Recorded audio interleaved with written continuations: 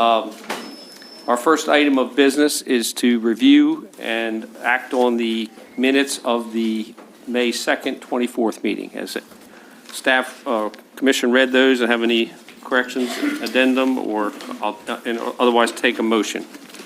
I move that we approve the minutes of the previous meeting as presented. Okay, second? Second. All in favor? Aye. Thank you.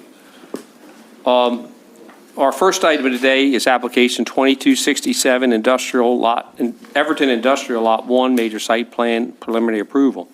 I think we have, from the packet we've received from our staff, we have a lot of people interested in speaking and presenting in testimony. We've never put time limits on testimony, and we like to hear everyone. If you have presented a letter and would like to present it, please give us a synopsis. If you're legal counsel, please only give a synopsis of what we've already seen. I think everyone here, I'm sure everyone here has read their packet, but to be respecting everyone's time, including the applicant and all the interested parties, we hope you keep it collegial and on target. I'd like to first note that I note an appearance of conflict on my behalf. I was a member of the KCPA board about 3 years ago when I got off when I was appointed to the Planning Commission by the last county commissioners. I feel I can act with no bias or prejudice in this matter, but I thought I'd recognize that. Thank you. Joe? Yes. Part of the packet that the commission's received is a demand for my recusal from discussion and vote on this, on the two items on the agenda. And as I don't wish to squander the commission's time to address the complainant's unjustified and pejorative attack on my ability to render a fair and impartial evaluation of the Everton industrial proposals that are on today's agenda, I'm recusing myself from the discussion and the vote on these two particular agenda items. Thank you. All right. I hope we have a sign-up sheet going around. If you do wish to testify, please put your name on it so we can call. Our first, we'll have the staff report. Mr. Mackey, thank you, sir. I'm actually not here to give the staff report. Carla's getting some things to join us. While we have a moment, I was hoping we could set the date for the July Planning Commission meeting, so that's not forgotten. Okay. So the Planning Commission meeting is the first Thursday of the month. The first Thursday of July this year is July 4th. So would the board like to meet the next Tuesday in July or some other date? I don't know if you have your calendars with you. I guess it depends. I know Sean says he's unavailable the next Thursday, and I don't know about others. I haven't really checked my calendar. Okay. Can we have to act today, I guess? Does it seem, I mean... You don't have to act Is today. the agenda, do we know the agenda or... There's going to be items for sure. There's Okay. a big TAC meeting. Well, then we should have a meeting. Okay. All right, well, we can do that afterwards, then. That's Okay. fine. All right, thank you, sir. Thank you.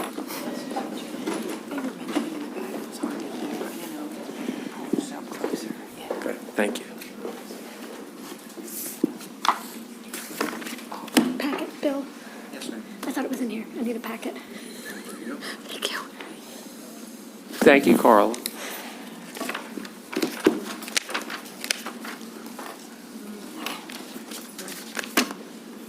Okay.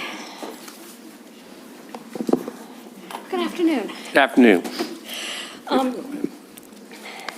So we have the Everton Industrial is requesting preliminary site plan review for the two proposed manufacturing warehouse buildings on what will be newly created lots at the interchange of US 301 and Maryland 291. I will give you the summary of the staff report that is found in the executive summary in the published memo. So the parent parcel is bisected by US 301 with 114 acres on the west side of the highway and approximately 98 acres on the east side. Two new lots are being created from the western tract via a minor subdivision. Because some setbacks are approved as part of subdivision review for industrial subdivisions, staff is recommending that the subdivision be approved by the Planning Commission at final site plan review. The proposed manufacturing warehouse buildings will be located on the new parcels. The lots will be purchased from Millington Crossing Associates and developed by Everton Industrial Development. Lot 1 will be 20.5 acres and Lot 2 will be 20.6 acres. Both lots have frontage along Edge Road, and Lot 1 also has frontage on Chesterfield Bridge Road. Both buildings will be 256,924 square feet and will be served by public sewer and water. Parking for employees and visitors will be located in front of the buildings, and trailer parking will be provided to the side and rear of the buildings. Each building will have 45 loading dock spaces, as suggested by Robert Baldwin, who is the district manager for Kent Soil and Water Conservation District. Sediment and erosion control and stormwater management will be reviewed collaboratively between the county and the district. The applicant has sufficiently addressed all preliminary site plan standards as prescribed by the land use ordinance. And staff recommends that the Planning Commission approve the requested setbacks and waive the requirement that curb cuts be at least 3,000 feet apart. Staff also recommends that the Planning Commission grant preliminary approval. I can continue to go over the highlights of the memo, or if there's particular sections you'd like for me to cover, I can certainly do that. I trust that you all have read this memo and it's been available to the public, so there may not be a need to read all of it. Yeah, can you maybe take each standard and just summarize what your Sure. staff comments are? We should understand them, obviously, but let's get your Certainly. take on them. Thank you. So the first section in the memo deals with permitted uses and the bulk requirements. Distribution center and warehousing is a permitted use in the employment center district. As noted in the executive summary, the front setback on non-primary roads and the side and rear setbacks can be approved during subdivision review. And the ordinance does also allow that those setbacks can be, or that the side and rear setbacks when adjacent to a public road can be adjusted during site plan review. So staff is recommending that the proposed setbacks on the site plan be approved. They include a 50-foot setback along Chesterfield Bridge Road, 15 feet along Edge Road for Lot 1. And for Lot 2, it would be a 50-foot front setback along Edge Road. The side and rear setbacks on both lots, which abut other land that's zoned employment center, they're requesting a 15-foot setback, which is consistent with the standard subdivision requirements. And I would like to note that in this particular zoning district, setbacks are applied to the parking as well as the buildings. So those parking lots cannot be within that required setback. Under the performance standards, the applicant is aware that a certified engineer's report would be a condition of obtaining building and/or use permits, and that they're aware of those standards. Would have to be complied, or all tenants would have to comply with those performance standards and submit the report. There are a series of general standards within the land use ordinance, and that is the section that details the spacing of curb cuts and trying to not have highway strip development.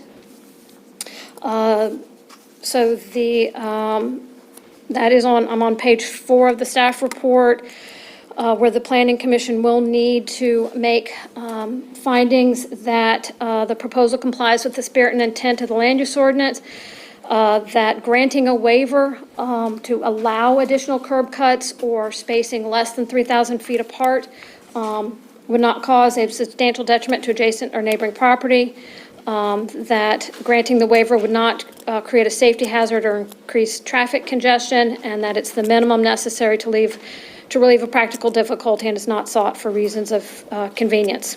And staff does, based on the information that was provided by the applicant and the reviews by the State Highway Administration, staff would support the applicant's request for those waivers.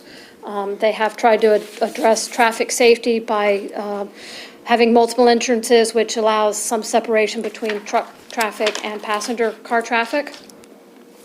And they have also tried to set up the entrances to avoid making left turns by truck traffic onto Chesterville Bridge Road, trying to direct traffic towards 301. The ordinance includes a series of environmental standards, which include forest conservation, stormwater management, non-tidal wetlands, stream protection corridors. The applicant will be clearing some of the existing forest on site in order to have the buildings and the parking lot meet those requested setbacks. The applicant did submit a forest stand delineation and a forest conservation plan, and it is staff's opinion that those documents do comply with the requirements of the ordinance. The forest stand delineation did have a letter from DNR Wildlife and Heritage Service, which included some guidelines. However, I would note that most of those guidelines for potential clearing are not applicable because the applicant is limiting their clearing to the forest edge. And so most of those guidelines related to if they were having to kind of clear building sites within forest that would surround the building. The majority of the existing forest is being retained. Mr. Richardson is proposing to create a 200-foot wide forested buffer along Mill Branch. They are not disturbing the non-tidal wetlands or steep slopes, which have been delineated on the site plan. And I will note that Mill Branch is not considered a natural heritage area or an area of critical state concern. We've already noted that there will be a collaborative approach between the Soil Conservation District and the county related to stormwater management and sediment erosion control plans. Planning Commission meeting for Kent County. There is a series of design standards within the ordinance that relate to screening, relate to site access, landscaping, lighting. The proposed development doesn't have frontage on a primary road. There is no reason to make the applicant have road connections towards the back of the site to connect to other properties, given the topography and the location of Mill Branch. That doesn't make sense in this situation. They have given consideration to on-site vehicle circulation. The preliminary landscaping plans have been submitted. They are looking to use native species and kind of having a mix of plantings that will provide both seasonal kind of interest and avoid monocultures of single rows of trees. The lighting plan has been submitted, and there is a light analysis that shows the glare should not extend onto adjacent properties. They've addressed the parking and loading in accordance with the ordinance. They have more than adequate parking available. And then there are the series of site plan review standards, and I'm now on page 7. So there's a list of 11 items to which the Planning Commission should make findings based on the site plan review. And the staff comments on page 8 tries to address those standards. Many of them we've kind of already covered. It is staff's opinion that the proposal is consistent with strategies and goals of the comprehensive plan. To the best of our knowledge, the subdivision and site plans conform with the provisions of all applicable rules and regulations. They've given consideration to on-site vehicular circulation, which appears to promote clearly defined areas for loading and trailer parking, as well as employee and visitor parking. Obviously, there have been provisions made for off-street loading and unloading, and adequate lighting is proposed. There are no known unreasonable demands on public services or infrastructure. However, the Planning Commission may wish to consider requiring some type of road maintenance concessions, such as some kind of road maintenance agreement between the applicant and the county. The applicant is working with Department of Public Works and is aware that the comprehensive water and sewer plan will need to be amended. They are working on their stormwater management plans. They're working on sediment and erosion control plans. They are aware that they would have to submit the certified engineer's report, and it must comply with the standards for noise, smoke, vapors, fumes, dust, odors, and glare. There is a landscaping plan which has been prepared to provide screening protection to abutting properties. Obviously, as that is finalized and for final approval, they would have to submit any sureties required for that. There are no parks or other places of public gathering in the immediate vicinity. The applicant has tried to integrate the proposed development into the existing landscape through the retention of existing vegetation. Site perspectives were provided, which shows the development from Route 301, and building elevations have been provided. Again, the landscape plan has native species, and at the request of staff to consider expanding the aesthetic elements in the building design that would add visual interest, such as incorporating colors of the adjacent forest and interesting patterns to draw the eye across the facades. The applicant did add a green and blue ribbon across the front of the proposed buildings. The Planning Commission may wish to discuss if this feature is sufficient to address the design standards. And the citizen participation meeting was held in October 2022, I believe, and you have received a copy of that summary report. Thank you, Carl. Was there any other correspondence other than what we've already received? Not that I'm aware of. Okay, thank you. Is the applicant or their representatives available to present their plan?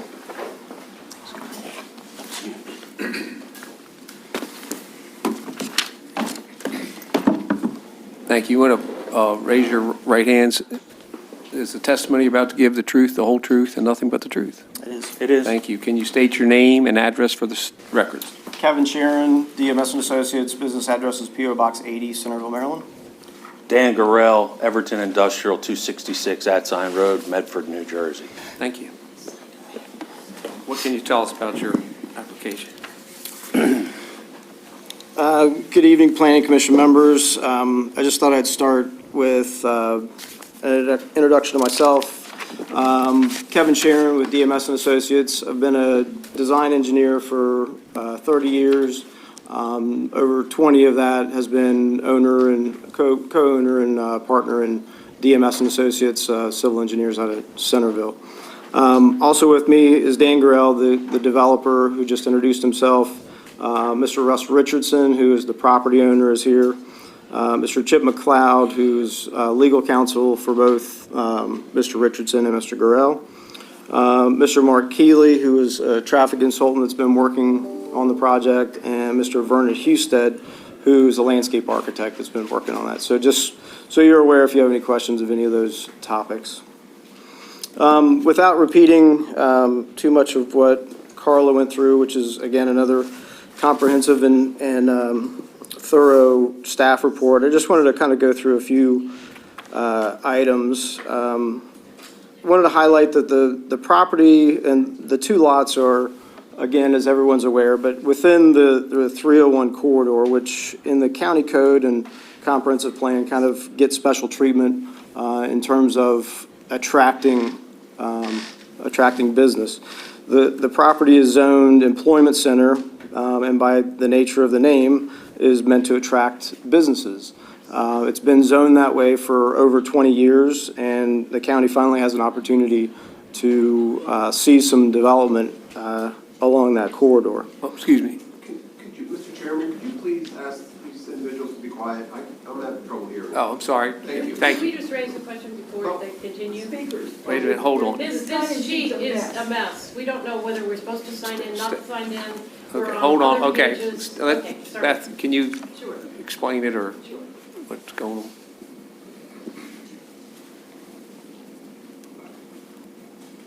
I have, on the one side, I have everybody that's here, and on the other side, I started a list of who wants to speak. Many of us didn't see that side.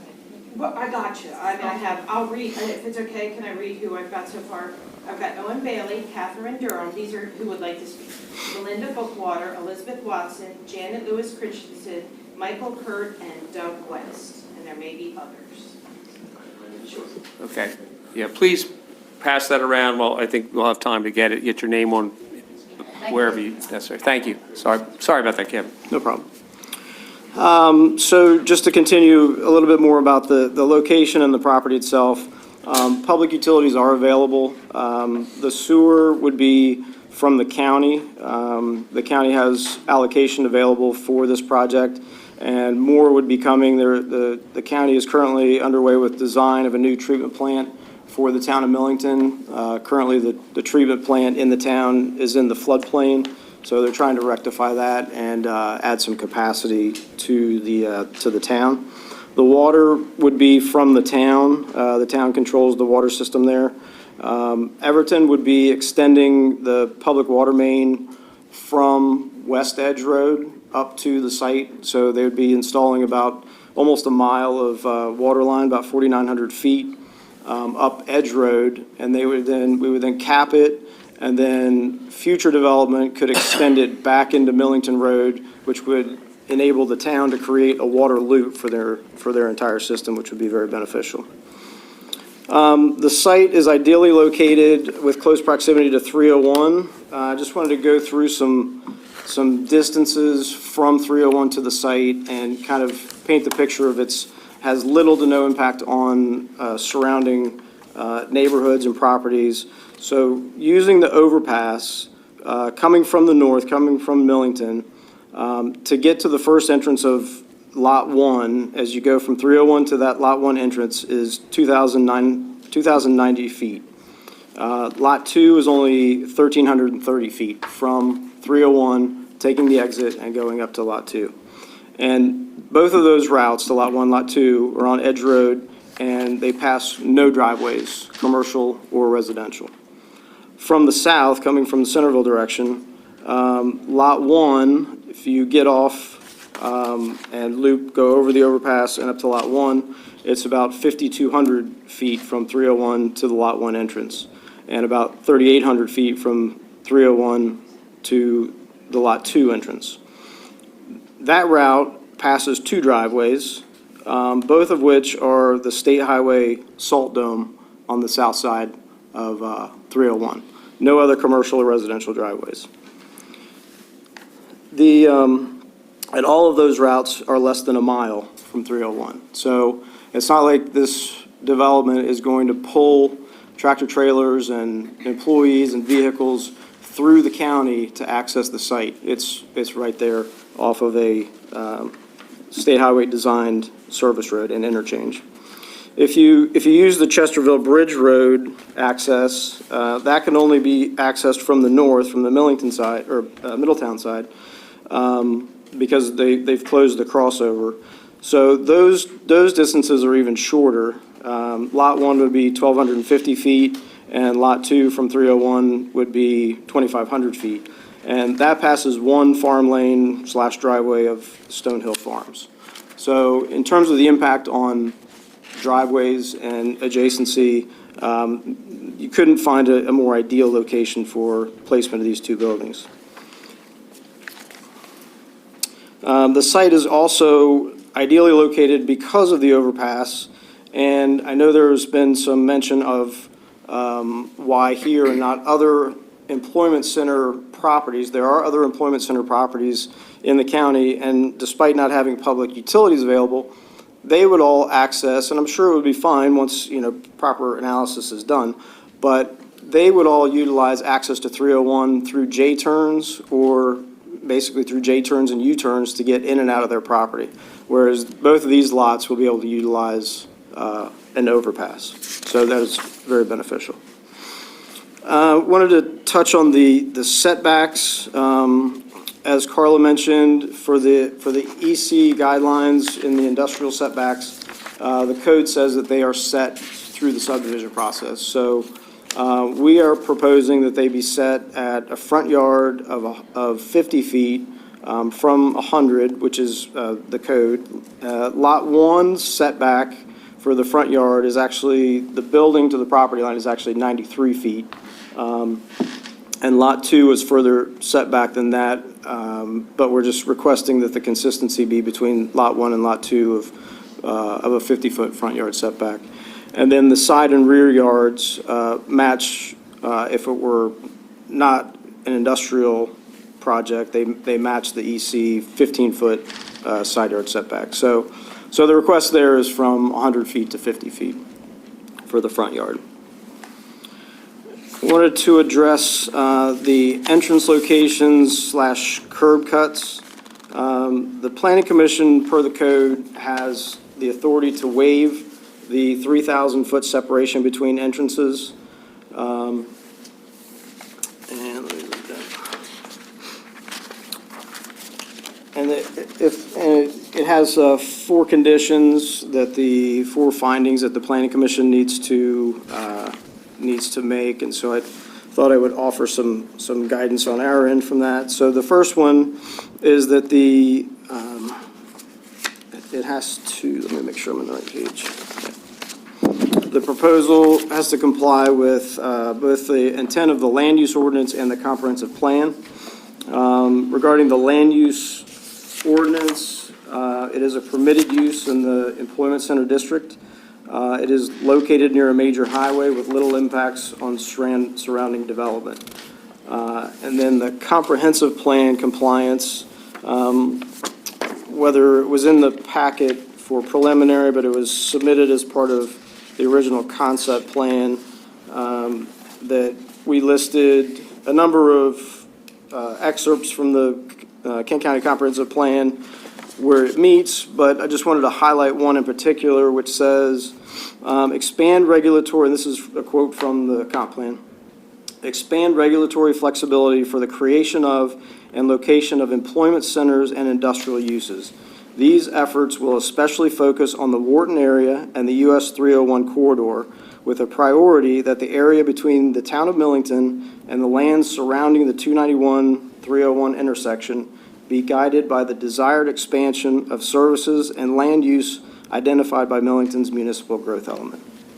So the comp plan speaks in a variety of ways to the consistency of this. So that was the first criteria in waiving the 3,000-foot separation. The second one is that it will not cause substantial detriment to adjacent or neighboring properties. And as I mentioned before regarding the distance from 301 to the lots and not crossing by people's driveways, that is one. It also, we've utilized both existing and proposed plantings for screening against some properties that when we went through the citizens participation meeting and got some feedback, we've introduced landscape buffers to try to hide the buildings as best we could. The third criteria is that the waiver will not create a safety hazard or increase traffic congestion. State Highway reviewed and provided a letter. I think it was probably all in your all's packet, but I'll quote. It says, SHA has determined that the distance between entrances are acceptable as proposed. And again, no opposing driveways on the south side of Edge Road where those entrances would be. I won't even comment on the 3,000-foot distance. It just seems excessive, but it is in the code, so we have to deal with that.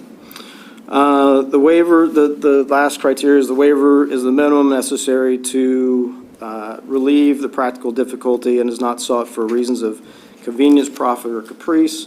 The waiver is the minimum necessary to provide safe and efficient flow of tractor trailers and passenger vehicles on and off the site. We note that on kind of a sidebar, but we note that the angle of the access on the Chesterville Bridge Road was a result of concerns from neighbors of trucks wanting to turn left and use Chesterville Bridge Road. So we configured that so that they would not be able to make that turn. If they're coming out of the site, they're forced to turn right and either get directly back out onto 301 or turn right onto Edge Road. Some of the environmental issues or highlights that I wanted to bring to your attention. So regarding the forest, so the overall property that Mr. Richardson owns is about 114 acres. These are two roughly 20-acre lots. As part of Lot 1 and Lot 2's development, out of the 40 acres, 7.75 would be required to be cleared for the development, and then that plus the The mitigation for the overage is, we would be deed restricting, and it's shown on the subdivision plats, long-term deed restricting 8.35 acres of forest in long-term deed restriction. And there would be a remainder of over 72 acres of forest on the balance of the site. Non-tidal wetlands were delineated, and on the entire site, there's over 1.5 million square feet, or over 36 acres of non-tidal wetlands on the site.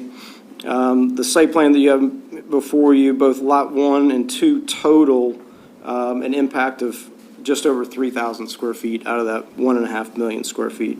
And those are primarily to discharge stormwater after being treated through BMPs down at the bottom of the hill so that we don't cause erosion down the hill. There is some floodplain, not on these two lots, but on the overall parcel, but there are no impacts to floodplains. Stormwater management has been designed in accordance with Maryland Department of the Environment and Kent County stormwater regulations. We've also had a collaborative meeting with representatives from Soil Conservation District, the County Department of Public Works, and the County Sediment and Erosion Control Inspectors to coordinate the construction and the sequencing of the best management practices both during and after construction. So we are collaborating with the county to make sure that it's a successful project, like I said, even during construction and after. So with that, I'll open it up for any questions that you have, or we will see if you have questions Anyone later. have questions for the applicant or staff, if anything that Carla presented? Oh, go ahead. Oh, I'm sorry, you go ahead if you have some comments. Good afternoon, everybody. My name is Dan Gorell. I'm a co-owner of Everton Industrial. Been doing this business for 31 years. I have built and developed many things. I'm sure many of you looked into who we are. Unfortunately, my business partner and wife just had eye surgery, so she can't be here, so I apologize on her behalf for that. We started out this meeting today, and based on some submissions from third parties that Chairman Hickman addressed, and Ms. Reeder, I believe her name is, has recused herself. I find it ironic. Mr. Hickman, Chairman Hickman, you disclosed your board membership of the opposition. There's a few other things we need to disclose.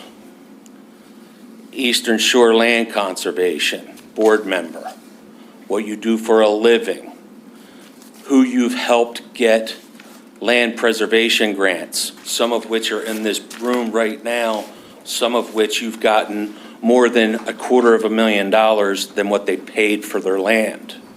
You were directly involved in that. You are still currently directly involved with that. So, for the record, I oppose the fact that your ideology, what you do for a living, what boards you are on, I don't believe that you can be hands-off and not be biased. That's number one. Well, thank you, sir. I take offense to that, but I would also like to note for your thing, I'm no longer on the KCA board after 3 years. I understand that. I go to church with Kevin Sharon, member of the Knights of Columbus, Chip McLeod Church. I listed Russ Richards' property. If we're going to go down this list, let's look at it all. I understand that. If you're but going it's to do the research, view if you're of- going to defame my character, sir. I'm not defaming you Yes, in any you way. are. No, I'm not. I'm saying to you that you are conflicted, and for a woman to write one letter who is an independent person who has her rights, I've never spoken to her other than right there I said, I'm sorry that happened. So I didn't want to go down this route. I still don't want to go down this route, but at the end of the day, I need it, and your attorney will tell you, we need this for the record. So for the record, I'm opposing your position. I'm opposing you. I believe that you are conflicted. That's number one. Number two, in buying thousands of acres of land in developing thousands of acres of land. I am an environmental scientist, so everybody knows. I buy contaminated sites for the majority of what we do. We've cleaned up thousands of acres of contaminated sites. We've created tens of thousands of jobs. This county is 78% farming. The school systems are dying for money. We are going to be providing through this development a significant income of taxes and tax ratables for this county. We are by right. We have our ZTA, which was approved literally 51 weeks ago today. So a year ago, that was already approved, had nothing to do with me. I benefited, but it had nothing to do with me. This site, we're 2,000 feet from the road. We have an ingress, egress off the road. We have easy in, easy out. We're going past one farm lane. We are, how many feet are we from the local neighbor? Somewhere around 1,200 feet from the local neighbor. Don't quote me on that, but it's in your packets. So my point is, if not here, if this is not the most perfect site for what we are proposing, there is nothing in the country that is more perfect than this. They're in, they're out, they're on their way. I've been seeing all these numbers about parking. I've been seeing all these letters about parking and all this and all that. It's your code we followed. So we are well within our rights for everything that the state has asked of us, the county has asked of us, and what the code says of us. That's all I have to say. Thank you. I'd like the record to say there's improper statements made about me. I'd like them to be in the minutes. And I dispute all he said about me personally. Thank you. Anyone have questions for the applicant or their advisors? I have a couple. I don't see a problem with the building so much and the location. I do have some questions as far as the landscaping and the screening. I don't see where you don't have any control over your neighbor's properties. So I don't see how you can count that screening towards what you have to provide. They could cut those trees down tomorrow, clear those lots, and then we have no screening at all provided on this property. The screening coming off of Chesterville Bridge Road, that's not even on this property that you're planning on planting. It's on an adjacent lot. So Which one are you talking about? coming off of Chesterville Bridge Road on Lot 1, the screening buffer along there, that's not on this property, according to what I'm looking at on there. The one that's being planted? Yes, Yeah, that's on lot 1. that doesn't show up on this. It shows on the other side of the boundary line. Is it on the other side? And we have noted that an agreement will be required. Well, it's not in their package, so that's why I'm asking these questions. But anyhow, I don't think that screening is sufficient to screen that building from this site. That's a complete open field across there. And then when you come down Chesterville or Edge Road, there's no screening provided by this developer at all on the site. You're using the screening that's existing now on the edge of the road that belongs to the state highway. And in my opinion, if by some chance you have to provide an accel and decel lane for these tractor trailer trucks going in and coming out, those trees will probably be substantially reduced to do that. There's no axle decel required. I'm not saying it's not required, but I can tell you it looks to me like it would be needed. Just judging what I see with the tractor trailer trucks coming out of these other projects around Kent County, they're swinging out across the drive into the oncoming traffic or something, and these are right on the curve of the road. So I'm not a traffic engineer, I'm not with the Department of Public Works, but it sure seemed like that would be a good idea to me to have something like that used. But I think the landscaping's totally lacking. I think that, you can do better. you're only looking at, you're covering, what, probably 12 acres of lot number one. You got about 200 trees and shrubs, 100 and some of them are shrubs, not trees, and 60 some of them aren't even on the property. So I think that can be done and should be done to beef that up. I mean, when we were talking here through all those public meetings, talking about what a 60-foot building or a 50-foot building was going to look like, we were shown all kinds of diagrams of trees that were to be planted or berms to be planted that were going to screen them. Here we are with our first one, and nothing's being done for that. It just, you want some leniency or some variance on setbacks and so forth, but you only want to do the bare minimum or not even the bare minimum. I think, you should, you can do that better. Well, for one thing, we're not asking for a variance for setbacks. The code says that for this type of development, you establish the setbacks. Well, it says it can be 100 feet too. It says it could be whatever, yeah. Well, could be 200. Yeah. But we have the authority and you're asking for it, so, I mean, if you don't mind 100 feet, we'll put 100 feet on it. But I think the landscaping definitely can be upgraded, and I think that's part of what will have to be done for a final approval. But other than that, I mean, the building looks fine, got plenty of parking. I would like to know how many trucks you're anticipating going in and out of there a day. Sir, I would love to tell you. Well, can you give us a ballpark I figure? cannot. My sales and marketing, the team that we have hired is sitting directly behind me. We cannot even market it, and she's here to tell you this. We can't speak to anyone until we have a preliminary approval, because until then, it's pie in the sky. Well, can we assume that it's 90? Maybe you got 45 spots for them? No. You can't, because Well, if you can't give us that, how can you tell us that what you're proposing is not a safety problem? let's say we bring in I don't know, something so crazy and harebrained of a bread factory. Okay, well, first of all, they're going to look at what has been approved, and we're going to figure out what the amount of employees are that can come and go at a single shift. And if that bread factory has too many people, Ms. Stout, who's sitting right here, will say, I'm sorry, this doesn't work. We can't do that based on the existing conditions and restrictions. So let's say it's a cardboard housing manufacturer or storage facility, and there's 2 people that we need for that.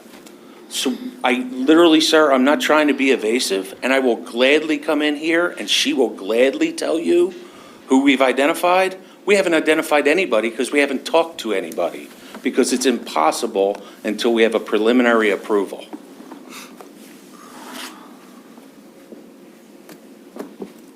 Well, then I don't know how you can say that it's a safe, not a, causing a traffic problem, that's all. But that's my questions. Other questions from commission? Yeah, I have a couple. One, you mentioned that you don't know what's going in there, but then how can you build buildings with all of the traffic problems that all the traffic problems that may be created? And I'll say may, because you've got let's say the maximum amount of trucks, the maximum amount of cars that are going in there. But one, how can we respond to it? Or do we assume that you're just going to build that type of building, an Amazon-type distribution center? Let's put it that way. Well, it's not going to be an Amazon distribution center. Well, with no, you got one 750,000 down the road, so it won't happen. So rather than me speculate on traffic, why don't we bring our expert up and he can answer those questions for you? And I have, before you do, I do have a concern, like with Lot 2, the entrance, and I think it was brought up in one of the letters, the entrance is all pretty close to that horizontal curve. I was up there Saturday, and if you come around that corner at the speed limit, and there's a truck pulling in or something like that, it does create a dangerous situation. So I think that needs to be looked at. Yeah, we've actually already looked at that and created what would need to be a sight line, and some clearing in order to get It's, that's pretty rough, Yeah. coming around. Yeah, through we've already done that. 'Cause you In got- fact, Vernon Husted has already gone out there. We've staked what the line needs to be. He's counted the number of trees that needed to be removed and come up with a mitigation plan for where those could go. Okay, now you're talking about cutting down more trees, so Trees. that be, that may be what you have to do. I know people don't like the entrance on Chesterville Bridge Road, but my own feeling of it is, quite honestly, it's better than having a T intersection coming off the front of the property. That's very close to the curve, close to the intersection. That's, when you're trying to run trucks in and out of there, be it small UPS-type trucks, and I don't mean 18-wheelers, I'm talking delivery trucks or Amazon delivery trucks, and I'm just going to use the word Amazon. Sure. That would, because everybody knows what they are. That type of intersection, there's now, I assume that, I don't believe there's a lot of traffic coming down Chesterville, but if there's some way of possibly for an electronic warning as trucks are coming out, either coming out or to stop them as traffic is coming down. Some of that you see like up on 476, if you go north of Pittsburgh or Philadelphia, you'll see them, you'll see the stoplights that lets them stop and go, just some kind of traffic control. I'm not in favor of a lot of lights by any means, but some kind of, to make people aware, because the truck driver, you got to put yourself in the truck driver's position. He's looking out this way, and you got people coming up over his shoulder, possibly. So if there's Fair some, point. if Fair there's some, point. if there's some kind of safety device or something or whatever to help control that at that intersection, that would be helpful. Like I say, I certainly can't see it teeing out next to the intersection. I think that would be tough. And going back to Lot 2, if you can get down to maybe 2 entrances instead of 3, that would be helpful too. And I like the idea of the deceleration lanes, not only there, but out even on 301.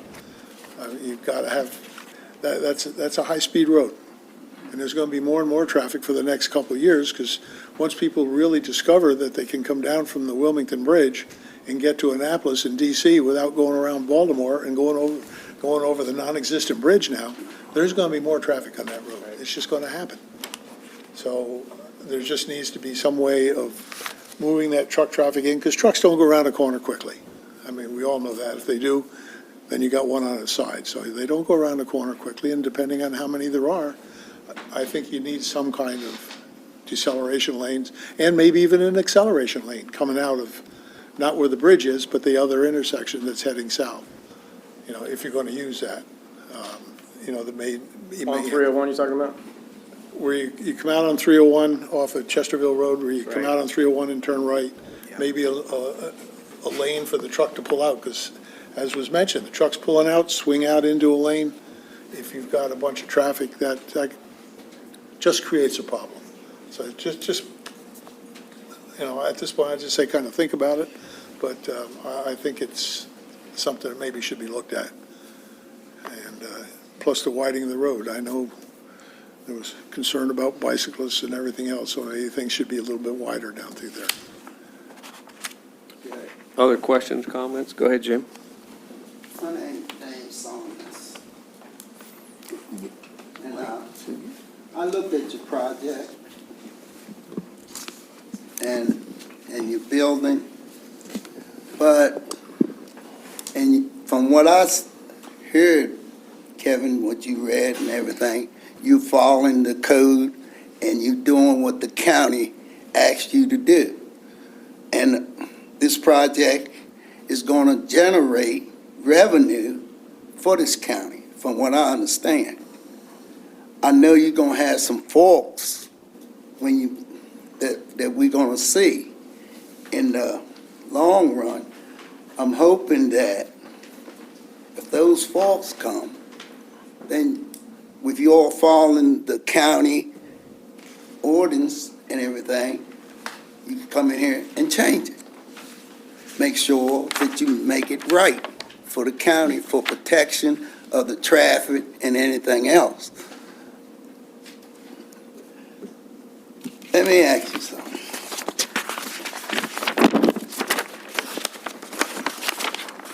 The building, I looked at the building that you presented, I think I got it here. It's probably in the back. But the building that you presented, it looked like a beautiful building. From what I see, it's in my packet. And it's a nice looking building. We need to upgrade some stuff in this county. We need revenue to run this county. And from what I read here, you said that you, with this 2 warehouses, you planning on your employees. You had a number down here, I think it was, you had so much stuff here, I just went through. It was 400 and some employees? So, let me address that. So the number of employees is based on the parking that we're showing out front, and then we back calculated that in based on the county's parking requirements, where you have 1 space for every 2 employees. Oh, okay. So, or maybe I had that backwards, but anyways, so we don't know how many employees there are going to be, but it could accommodate up to 490 between both properties. Right. Correct. And Danny, Yes, sir. he made a statement that it really set with me, was that reason this county is not moving because we don't have nothing here, and the high school itself is deteriorating down to 400 and some students. We're trying to get something, we should sit here, try to get something that'll motivate some kids that is not planning on going to college or not planning on doing this. But I feel as though that if you're gonna put these 2 warehouses up, and if everything should be, go through the county, make sure that it's safe for driving. If it's not, then you're gonna have to make it safe. Right. If the turnaround for the tractor trailers are not there, then you're gonna have to open it up so the tractor trailers can make that turn. You know, what I'm saying is, you're following the code. You're following everything from what I read. I can't, that's my opinion, that you're following it and that you're doing the right steps, one by one by one. I appreciate your comments, and that's part of the reason why it's taken so long to get from, I think we were here in November of 2022, and here we are June 2024, because we've taken all those studies, we've done all those studies. Mark and his group have taken all of the intersections and run trucks through them to make sure that they're sized adequately and counted trips and that kind of thing. So we're checking all the boxes to make sure it's meeting the code and safe and efficient for the area and the infrastructure that's there. And how far are you from your first driveway, the neighbor's driveway? So there are 2 on Chesterville. Well, there's a road off Chesterville Bridge Road, but there's one driveway. I think it's Stonehill Farms. They're on the corner of 301 and Chesterville Bridge Road, and that's really the only driveway that any cars or trucks would pass by. Okay. Anyone else, questions, comments? Yeah, a couple more. One, I got one more on traffic. Where you come out on Chesterville Road, I know there's that property in the house across the road. This is setback. Is there any thought of maybe working with that neighbor to keep the headlights as they're coming out, keep the lights from shining toward that house? I mean, it's just an annoying thing if you live there. Just a thought. It hasn't come up, but I'm sure we'd be. And the other is with the building. Now, we're allowed, 60 60-foot height, correct me if I'm wrong, is that, that's allowed in the district? And the building itself is at max, 45, 46 feet? Am I reading it correctly? 49 on the plan. 49, I'm sorry, yes, you're correct, 49, that's in the center portion. Right.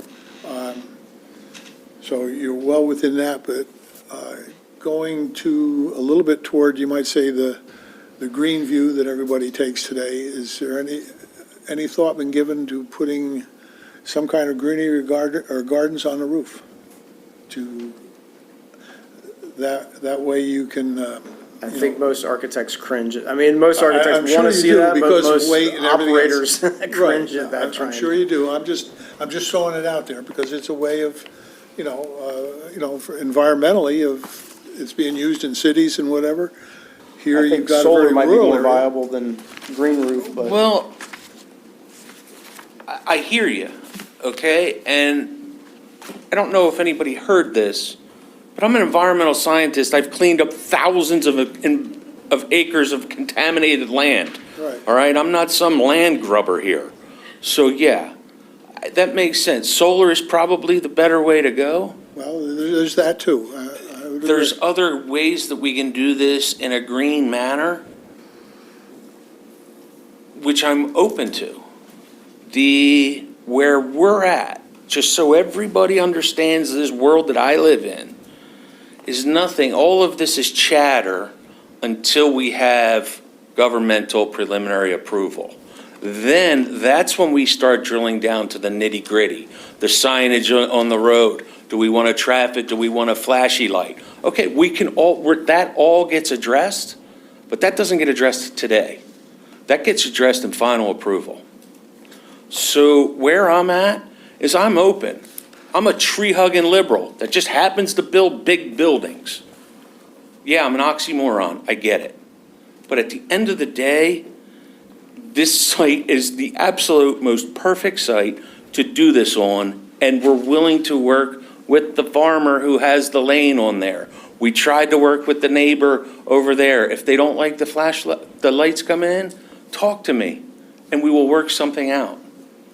So that's where we're at, and I am all for everything you're talking about, but today's not that day.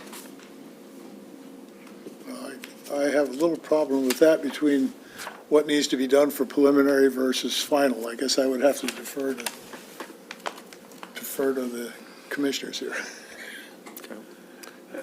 To me, to be quite honest, what we're talking about, to me, should be done, as far as I'm concerned, should be done preliminary, and then put that on paper, and then any adjustments that need to be made. The preliminary is what you're proposing, and any adjustments should be made and then addressed. We should see that they're done when you hit final. So I think your timing and my timing is just a little different. I understand, and maybe terminology is different as well. So this is what I will say, is traditionally for us, we do all that nitty-gritty, end of the day, what has to get done, fine details, before a building permit is issued. Right, I can understand that. That's where I'm coming from. Right, I can So understand your that. definition of preliminary and my definition of preliminary Two different are things. different. So And that's- I would agree with that, and that's where Okay. I'm coming from, because I would like to see, some of these things that I've talked about, if you were agreeing to do them, I'll be honest, I would rather see that done before preliminary is approved. That's the way I'm looking at it. Then let's do that. Let's talk about, here's That's what we're here to do. Well, then let's go through and do the finer details, but right now, we need the broader strokes.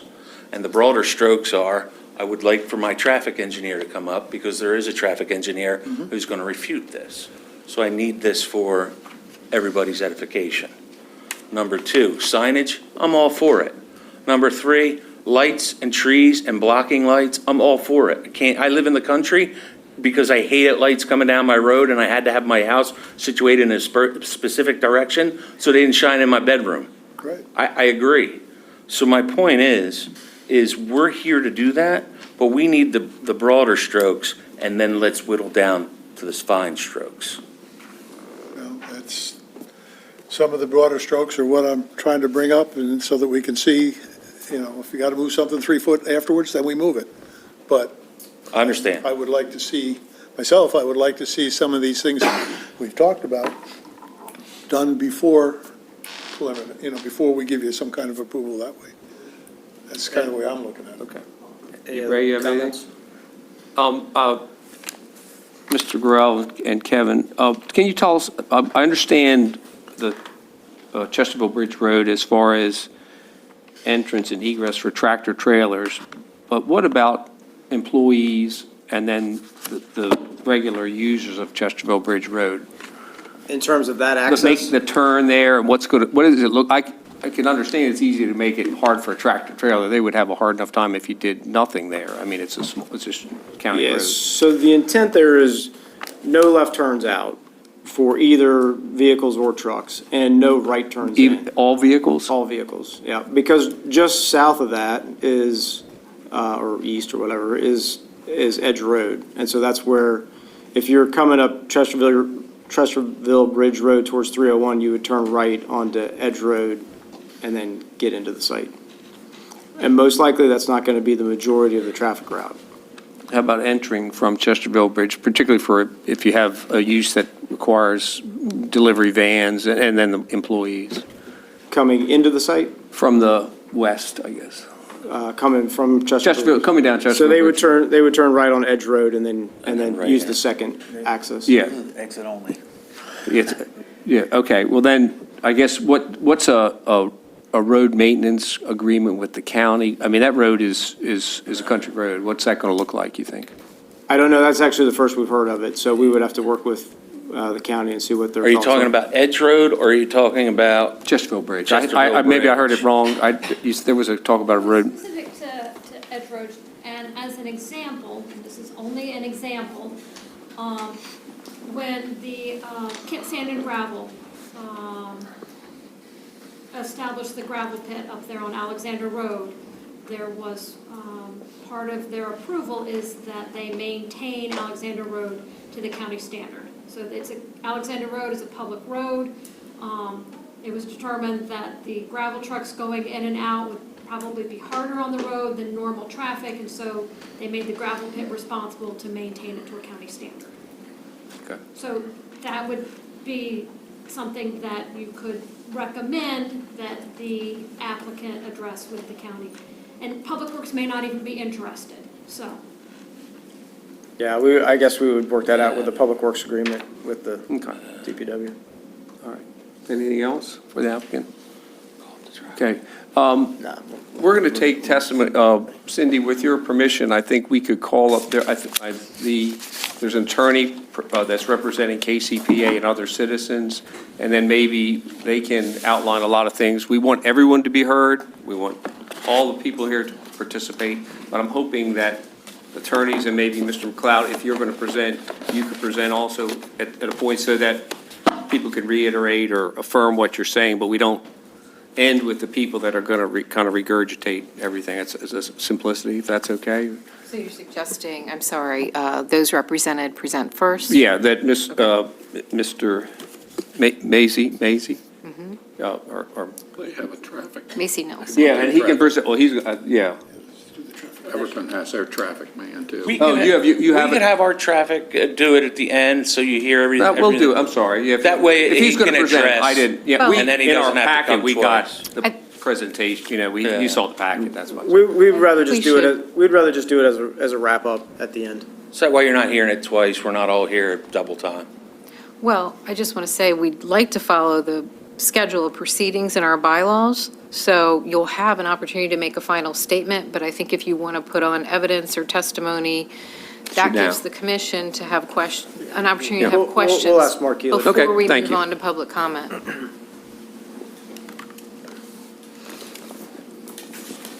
Do I need to get sworn in? Yes, sir. Do you raise your right hand? Do you affirm the testimony you give is the truth, and the whole truth, and nothing but the truth? Yes. And your name and for the record, that address. Yes. My name is Mark Keeley. I'm a project manager with Traffic Concepts Incorporated. My address is 7525 Connolly Drive, Hanover, Maryland, 21076. Thank you. Go ahead.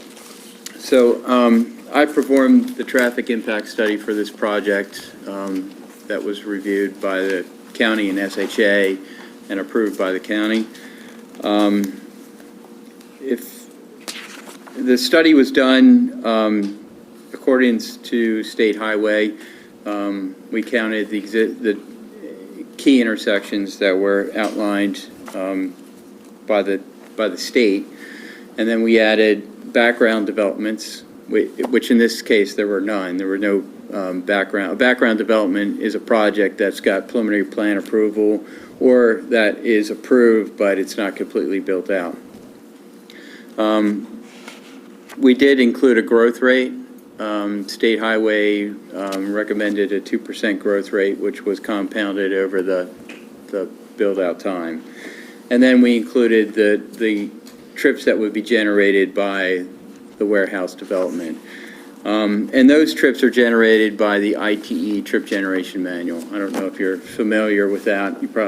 It's a manual that contains many different land uses and has studies, in this case, for warehouses. The trips are based on, in this case, the gross floor area. So we use gross floor area because it is a constant that's not going to change. It's 513,850 gross square feet. The use, the ITE trip generation use was, the land use code was 150 for a warehouse. So ITE says the two proposed buildings would generate 85 AM peak hour trips. The peak hour of the AM falls between 7 and 9 AM. And then we look at the PM peak hour, which falls somewhere between 4 PM and 6 PM. So AM is 85 trips, PM peak hour is 88 trips.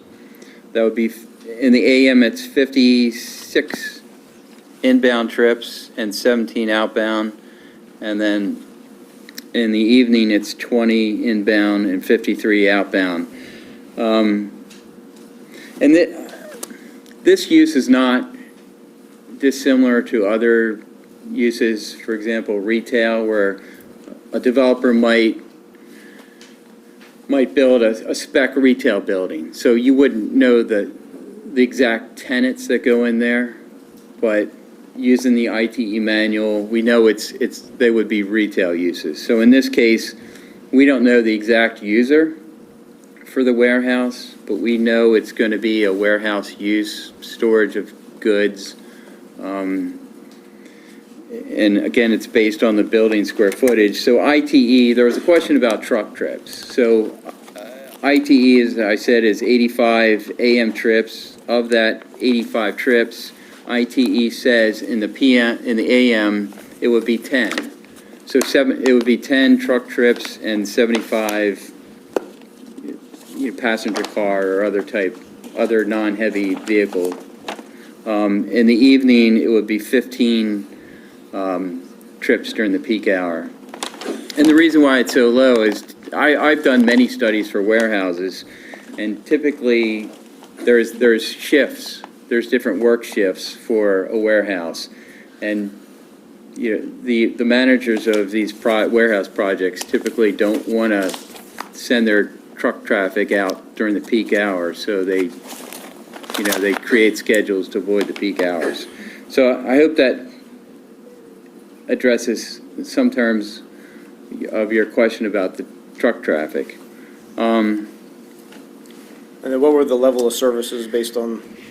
Yeah, so just let me run, so the intersections that we looked at were 301 at Maryland 313, Chesterville Bridge Road at 301, 301 at the 701 ramps, 301 at Edge Road, and then we looked at the roundabout, US 291 at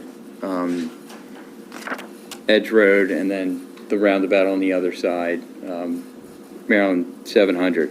So the future levels of service were A level of service, A and B levels of service. So there was, SHA again reviewed the traffic study and found that there was capacity at all of the intersections.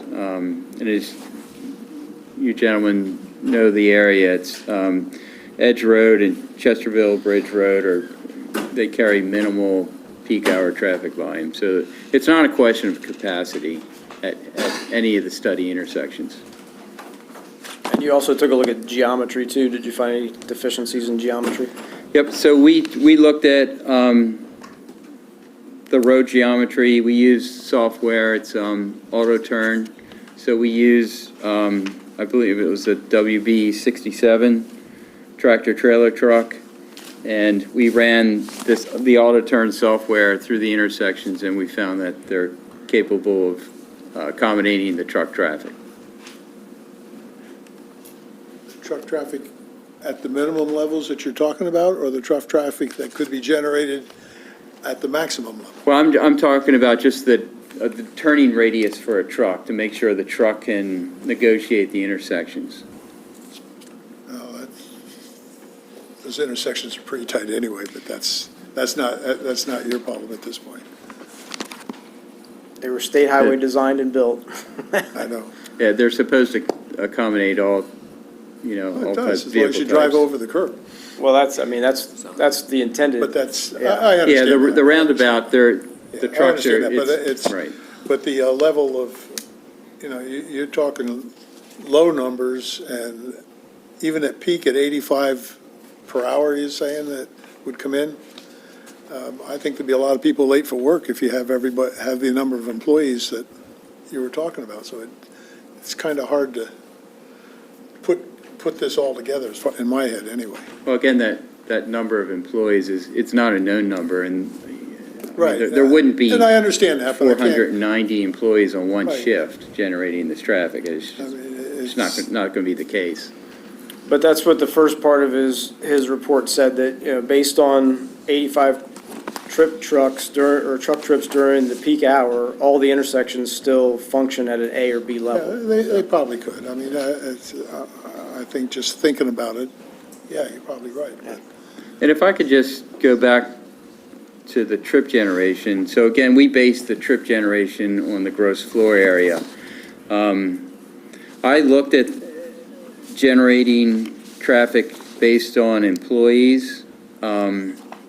So ITE, first of all, there was minimal studies for employees. There was 14 studies in the AM and 15 in the PM. The average number of employees in a warehouse study was 53. I'm sorry, the average number of employees was 53. And it's not clear if that's a work shift, but it's based on 50, in the AM it was 53 employees, and PM it was 51.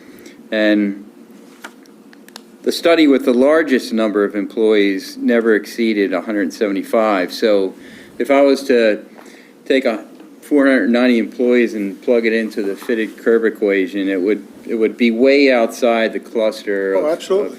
And I don't think it really gives you a good indication of No. trips. But neither does the minimum one either, so that's all. Well, if you look at the gross floor area, it's this site with 513,000 square feet fits closer into the cluster of studies. And I think it provides a better accurate, and again, I've done many studies with.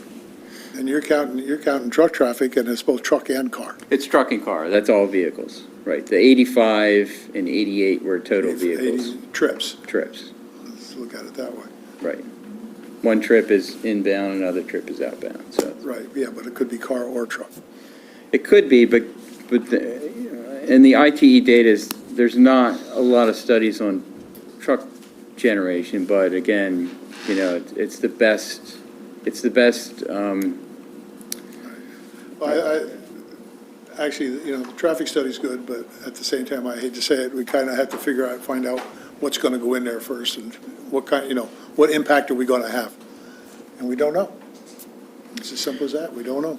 Yeah, so to that point, we're trying to get the buildings approved, and then whatever user comes in would have to come to the county for a use permit, and It's gonna make be built, and make they sure will it come. fits. Yeah, exactly. Yep.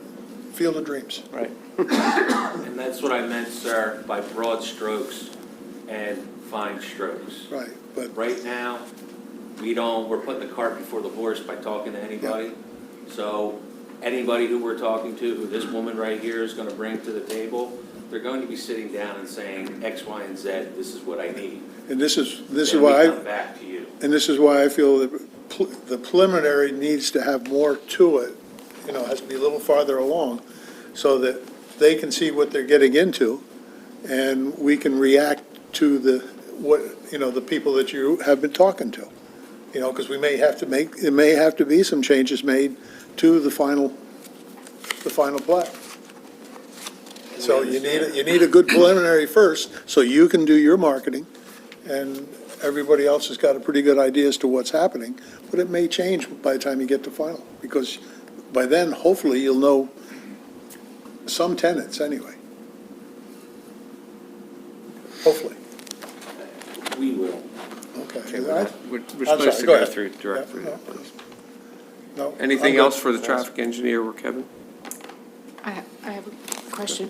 What kind of conditions have you considered in terms of what might go into the project that you would be willing to include in your preliminary? Just something to think about. I'm not sure I understand. Well, you're not certain who the tenants of the building will be at this point. Correct. But you'll have to get a use permit. So could there be a condition on your preliminary approval that would address that later information that would come in and what you could be willing to do? Yeah, I mean, I think in terms of the process going forward, once that preliminary is approved, then we would, they would go and market and try to find an end user. And then we could come back, we have to do, because it's in employment center, we have to do the industrial standards. And so we would fill all that information out, submit it to the county, update a traffic impact study as needed, and then come back either for a revised preliminary if there were changes that needed to be made, or if, staff felt that that was in keeping with what the original preliminary was, then we would submit for final consideration, so. Ms. McCann, are you asking more specifically such as the signage on the side of the road? Or are you looking more in, explain to me when you say that, just so I can get my head around it, so I can answer you correctly?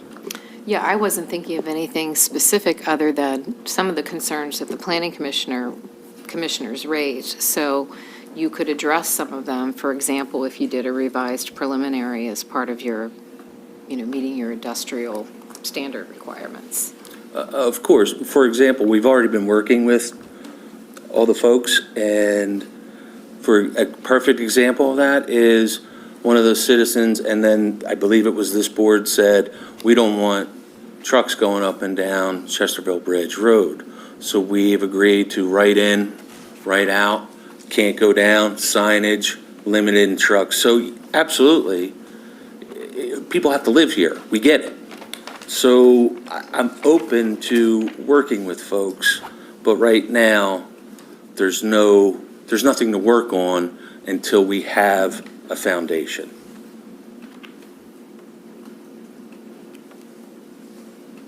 Thank you, Sandy. Thanks. Anyone else? Am I done? Yep. Thank you.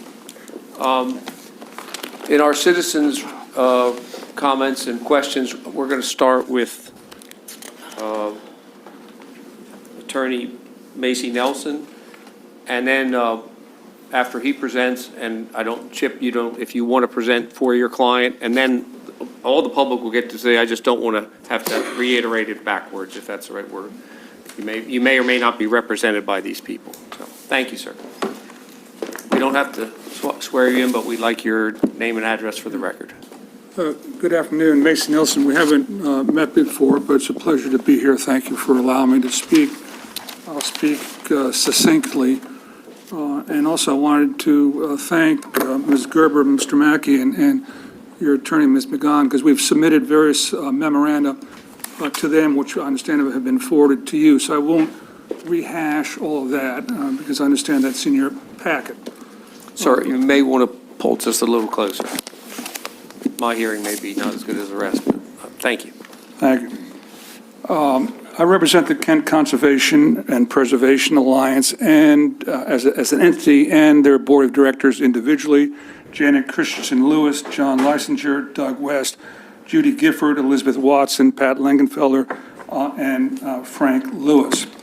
We have a preliminary legal issue on which we submitted a memorandum regarding the special law piece regarding the legality of the zoning text amendment that was enacted last year. We briefed that in our memorandum, and I would urge you to take a careful look at that legal question, because in essence, what we're saying is this zoning text amendment is an illegal special law that was enacted to further the interest of one individual as opposed to everyone in the county. We think that's a serious issue. Our appellate courts have looked at that issue in other jurisdictions, and we think this body should consider it. So we ask you to make that request, and I won't rehash the nuances of our legal argument. It's in our memorandum. And I don't mean to interrupt your that's presentation fine. here at all, but I would just say that the issue of, well, it's not a zoning text amendment anymore. It's an enacted part of the zoning ordinance over many months ago, I think now. And that's not an issue for this forum, whether or not that was validly enacted. So, I appreciate counsel's legal argument. I would simply say that I believe under Maryland's jurisprudence, we're required to exhaust that argument in this administrative proceeding, but I'll move on to my next part. Thank you. The developer described this location as, this is my best memory, as the perfect location for this development. My clients see it differently. My clients say this is the southern gateway to Kent County. It's west of 301, north of 291, south of Chesterfield Bridge Road. Mill Branch flows in very close proximity to the site. There is contiguous forest just to the west of the site. And we think these are all factors that this body should consider when it's considering whether or not this preliminary plan and subdivision should be approved, which of course my clients assert that it should not. Later in the proceeding today, we'll have our traffic engineer testifying remotely. I'll just summarize the essence of what he's saying. He has calculated the traffic by virtue of the 490 employees documented on the applicant's site plans. He's prepared to address how many daily trips, trucks, and cars based on an employee workload of 490 people as opposed to the square footage analysis that the applicant used. Mr. Green will testify about that. I won't go into all those nuances here. Mr. Green will also address the site access issue. He is critical of the decision to have access to Chesterfield Bridge Road, and he'll speak as an engineer. He's going to address the angle on which it enters Chesterfield Bridge Road. That's in violation of the AASHTO standards. He's going to recommend that if the project is approved, that access be eliminated, and explain why the access on Edge Road is better. But I'll let Mr. Green speak on his behalf. The developer emphasized to this body that this is a, quote, by right development. By right. And that's an expression that people who are in the land use world know and understand. And it's by right in the sense that it's not a conditional use or special exception case. But it's not by right in the sense that it's automatically approved, because we have a zoning ordinance, you have a zoning ordinance, which says, for example, what they must prove in order to get approval. You must prove that there's no adverse effect on the neighboring community. You must prove, the applicant must prove that it's compatible with the surrounding community, and we have the words in the ordinance that speak to those points. And so what struck me when I looked at this application, and I looked at the corridor, and I looked at the employment zone land, center land in there, the commercial and industrial zone land in the corridor, I think the appropriate way to interpret this ordinance is, you don't get to automatically just put in a warehouse up to 60 feet high in the EC zone. You got to show that there's no especially adverse effect at this site as compared to other sites. So we submitted a memorandum, which we entitled the Neighboring Impacts Memorandum, which we went through very carefully and compared the environmental constraints at this site, the contiguous forest, the proximity to the Mill Branch, to the other EC zone land, the other commercial and industrial land in the corridor. And we've made the case in that memorandum that there's a greater adverse impact at this site. A more appropriate site is on the east side of 301, where you don't have the same environmental constraints as you do on the west side. So we would urge this body to carefully consider that memorandum. We have GIS maps that we took from the county's GIS system. It's all laid out in color in that memorandum, showing that the constraints are greater here than elsewhere in the applicable zones. I'm sorry, I can't see Mr. Crowding's comments at the outset. I was very interested in those because I was prepared to argue screening. And when I look at the zoning ordinance, what I see is robust standards in the zoning ordinance about screening. They appear at 14.9.B5. They're in the ordinance at pages 249 and 250. And then we read the staff report, and this is the point that Mr. Crowdy made. Staff says at page 6, much of the front of the properties is screened from US 301 by existing vegetation on a parcel owned by State Highway Administration. So you can picture in your mind's eye, 301's north-south, 291 east-west, Chesterfield Bridge east-west, and Edge Road is parallel to 301 at the southern part, and then it cuts the corner and creates a triangular piece at the intersection of 301 and 291. That's the State Highway property. It's fully forested, and the applicant is relying on that screen to provide a screening for this project. We say the law does not permit them to do that. You can't rely on a third party to provide screening for your project.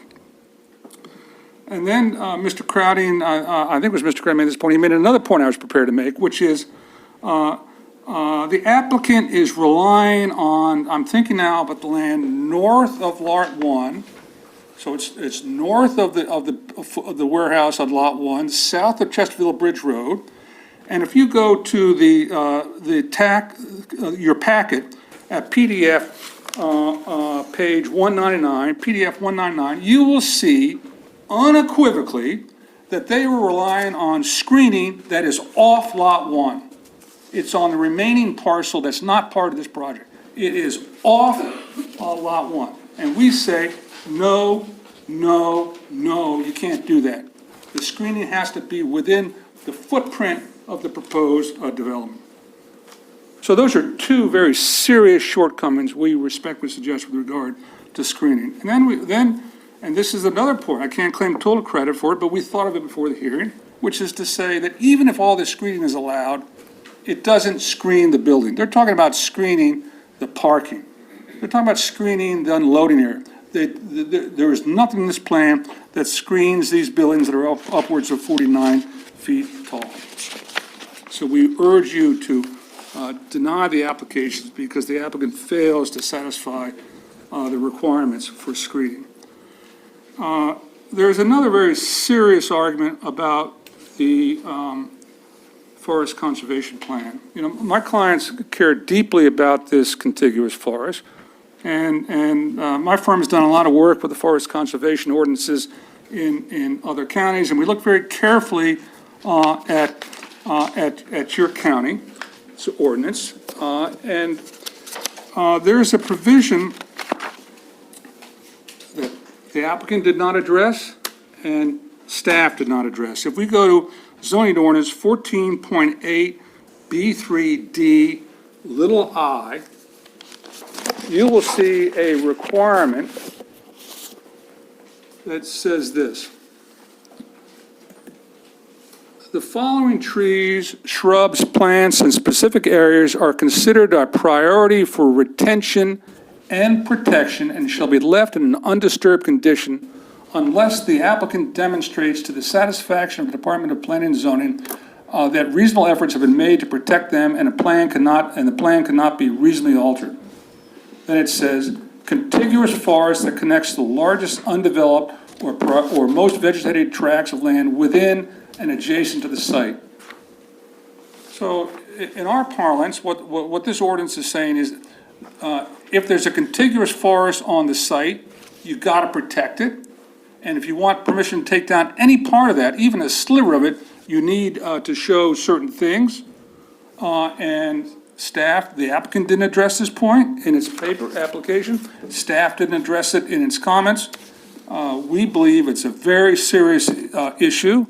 And we believe that this commission should, at a minimum, remand the case to staff for consideration of that requirement. The next point is the curb cut issue. Staff, you'll recall that on Lot 2, this is the southern lot, there are 3 access points to Edge Road. The northern one is the one that's on the bend that's got the site distance issue, which is a very serious distance issue. But also there's this question, are these 3 access points too close together? The ordinance says they're going to be at least 3,000 feet apart. They're far less than that. And the ordinance says that an applicant can apply for a waiver and sets forth certain criteria that the applicant needs to prove, and these criteria appear in 14.7.3. And what struck me about the application is there was no representation at all about the required findings for the waiver.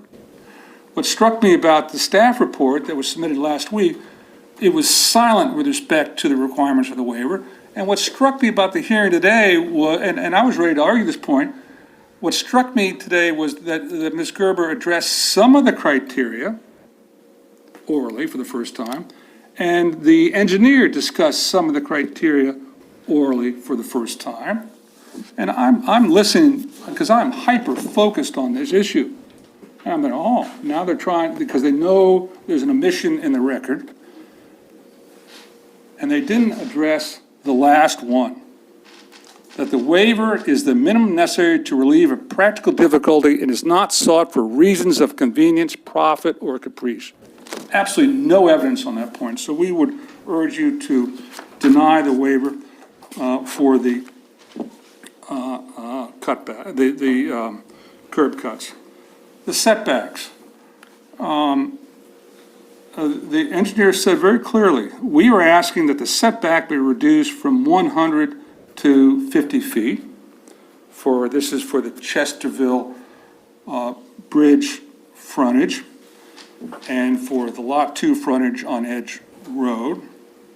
They're asking for a reduction from 100 to 50, and then he made the point that under the ordinance, this body has the ability to decide the setback.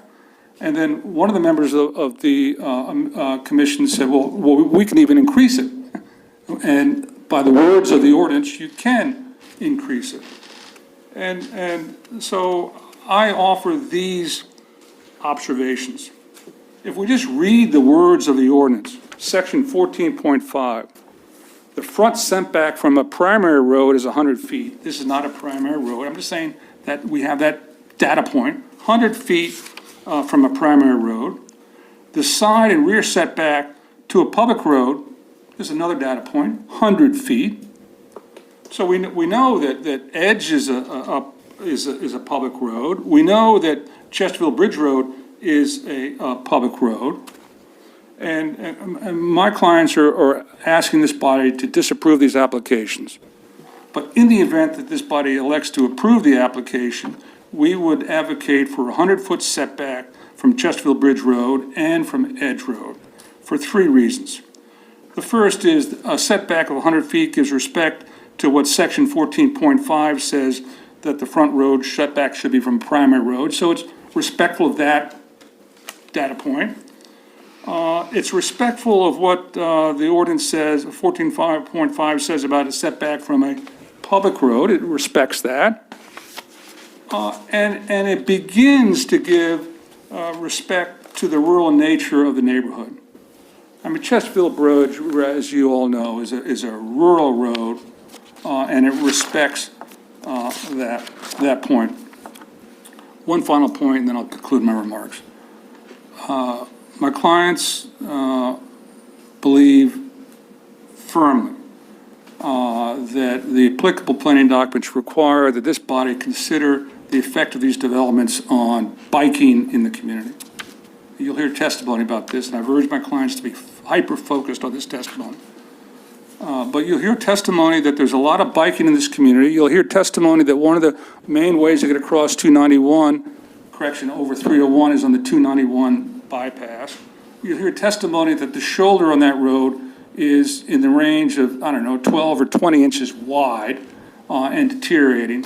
And you'll hear testimony that my clients are concerned about the adverse effect on the biking on the 291 overpass and on Chesterfield Bridge Road.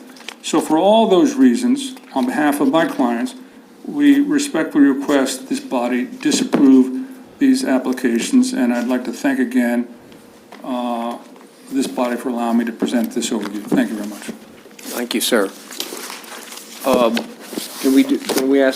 ask the applicant if their attorney would like to speak, and then we can go to public testimony. Chip, do you want to? Yes, I would. And then I'll open it up to the public after that.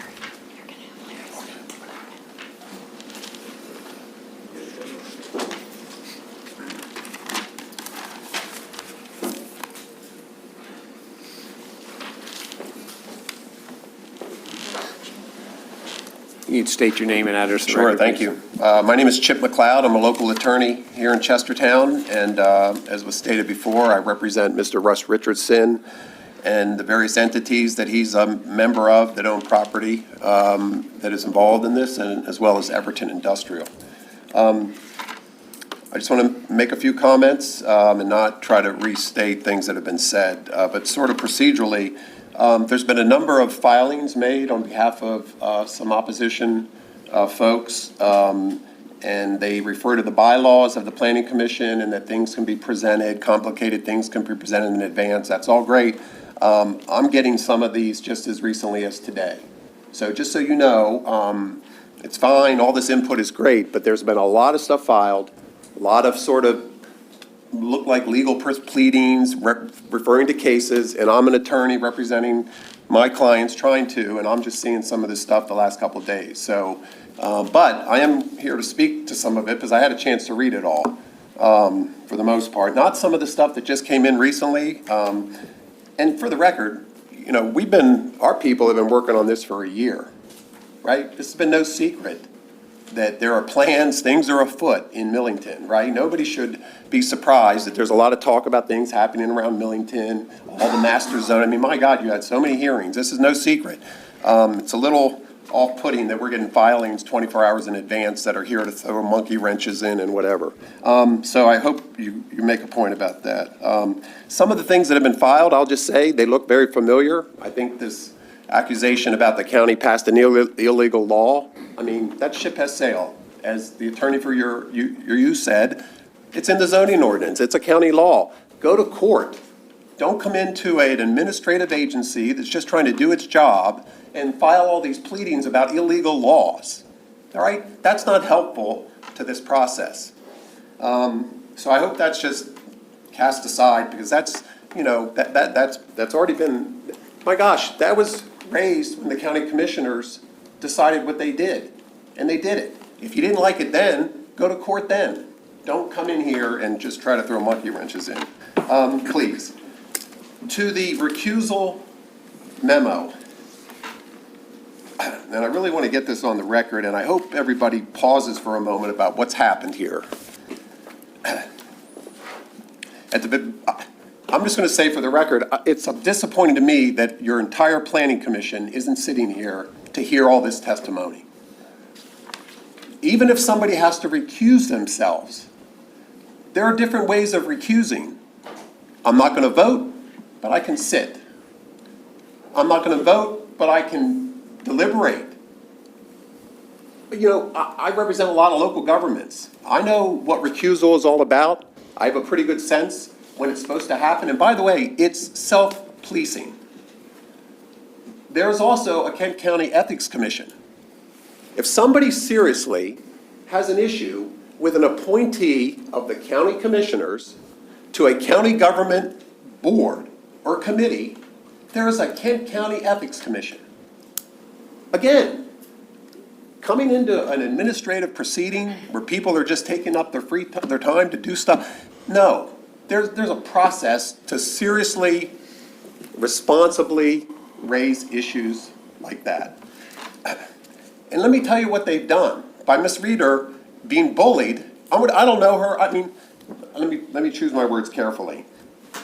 This feels like bullying to me, and let me explain why. She's not in this room, and I think she said when she recused herself, oh, I'm sorry, then I'll take away that she's not in the room. I'm glad you're in the room listening. Then let me just go on, I'll pass that point. The memo that was filed about suggesting she recuse herself, you know what standard is in there for judges? If you read the memo, it says, hey, there's a standard for judges, and we're going to use it for you. So by this all just going down, here's the standard you all just adopted. The same disqualification standard for judges in court is now being applied to the Kent County Planning Commission. Lay appointees volunteering their time. And then let me actually read the genesis of this. Apparently, so let me get this. There was some hearing, and the discussion about cycling came up. I was at one of these, and somebody talked about concerns about riding bikes over this bridge and whatever. And then in some local media outlet, I think it's called the Chestertown Spy. I don't look at it. I don't know how many people look at that, okay? I know a little bit about social media, and I think about 5% of the people get their information there. So there are a lot of people that don't even know what that is. But a member of the Planning Commission writes an op-ed or a comment in that. And then here's what it says. We stress, this is the people filing this, we stress at this moment that it is fine to disagree and that several people did disagree with public comments made about cycling on the bridge, okay? But questions of recusal are analyzed under objective, reasonable person standards, and comments made by Paula Reeder subsequent to and directly addressed to this letter to the editor written by a member of KCPA. Here it is. Get this. Demonstrated not only an unalterably closed mind to the mere argument about bicycle access at the bridge, but personal animus against the entire KCPA. Well, I feel some animus right now against the entire KCPA, whoever that is, for the way they've decided to use their resources to generate this kind of discussion about land use in Kent County. So that's the standard. And by the way, so feelings got hurt. Member of the Planning Commission writes an op-ed piece, somebody's feeling got hurt, boom, she's recused. I hope you realize the slippery slope that we're all now on, right? It doesn't take long for somebody to go back to their office and start Googling everybody, looking up who belongs to what group, who says what, and by the way, guys, do any of you think you can ever now write an op-ed piece? When the county commissioners now vet new appointees, what are they going to do? Google all the op-ed pieces written by everybody before they appoint them? I mean, that's what we've done. She wrote something that somebody didn't like, out. That just has to be really thought of. Oh, and let me just add this one thing. It says her recusal is forever related to this subject property. Now, things change. What if both warehouses don't get built? And what if on one of these properties, they want to put in the United States Bicycling Hall of Fame? Right on that corner. Is Miss Reeder allowed to be here for that discussion? Trees. There was a lot said about trees. We need more trees. Now, if you know this site, okay, there's a lot of trees. And there are a lot of mature trees. It's mature forest part of it. When I think Mr. Garau says it's ideal, I'm no engineer or anything. I've been living here a long time. I drive by that thing a lot. You know, it's where they want to put the buildings, it's flat. And there's no trees. All around it, there's big trees. And it's very close to a major highway. It is that simple. I think that's why he says it's an ideal site. All this other stuff, we're talking about screening. Is it big trees to hide the building, or should we be talking about landscaping? I mean, are we really going to pretend to hide big things by trees? Again, this is sort of last minute. We don't have enough landscaping on a property that, when you go, it's a lot of forest. And by the way, I don't think they're cutting down the number of trees they're allowed to. So that's good. And the other thing is, remember, if nothing's done with this property, there are timber rights, right? So as much as everybody loves trees, these property owners have a right to go cut them, most of them down. All right. And one more thing and I'll finish. Well, I don't even need to bring that up. I think with that, I'll end my comments. Thank you. Any questions? Thank you. Beth, do we have a list of people to test? Oh, you're always ahead of me, Beth. You go ahead. Do you want me to read them? Yeah, that's fine. You got it. So the first person to come forward is Owen Bailey. He had to leave. Okay. Yes, hi, I'm online. Can you hear me? Oh, great. Yes, hi, sorry, I had to leave to go pick up my daughter.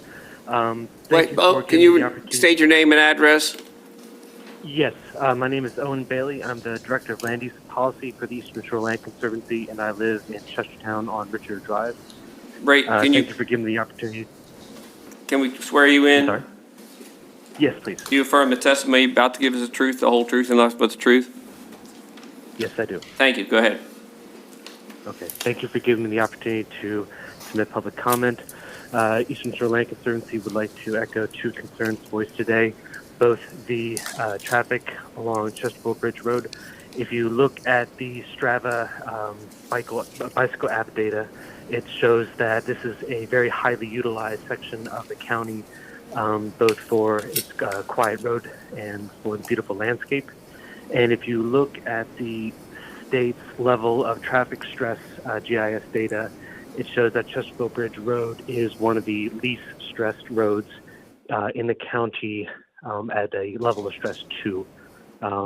Other roads in the area, including Edge Road and River Road or Morgan Neck Road, are at a level of stress 4 or 5. So we want to echo the concerns about increased traffic in the area and encourage the Planning Commission to negotiate with the developer ways to mitigate the stress from increased truck and car traffic.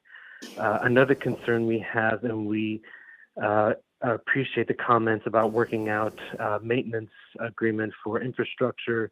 ESLC has been working with a firm called Urban 3 out of North Carolina, looking at the return on investment for certain development types, noting that developments like this that have large truck and car traffic, huge bits of infrastructure, put a lot of stress on nearby infrastructure, and that wear and tear on the infrastructure can really cut into any kind of economic benefits for the county. Also noting that the Kent County Climate Adaptation Plan cites that as our summers get hotter, roads are going to warp under the stress of added truck weight, so they're going to need to be resurfaced more frequently. And finally, that the state of Maryland is looking into creating requirements that trucks be electric by a certain period of time. So that is great for mitigating the effects of climate change. It is also going to put more wear and tear on our roads, as the batteries required for electrification of our truck fleets are going to make those trucks a lot heavier, and it's going to put a lot more stress on our infrastructure. Again, thank you for your time. Thank you. Okay, next on the list is Catherine Durham.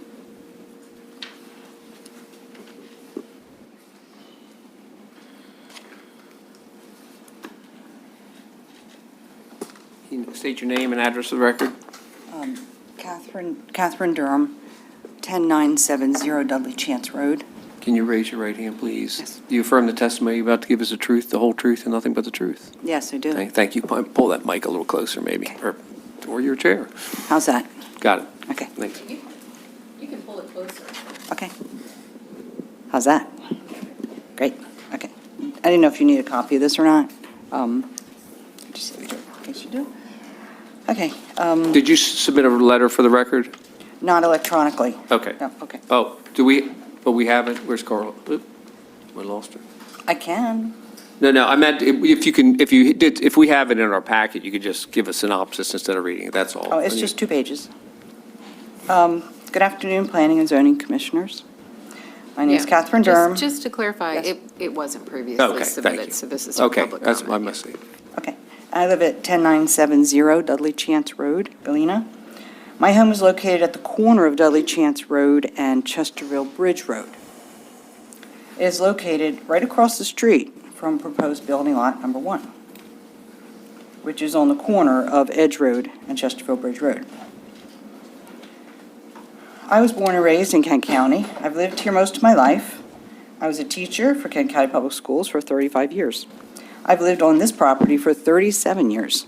My husband and I raised our family there, and now grandchildren. The property was purchased over 50 years ago from my family. With that being said, I'd just like to take a couple of minutes to share with you a couple of my very serious concerns about the proposed building project before us. They are as follows. Noise pollution, light pollution, air pollution, and groundwater pollution will be created by this project.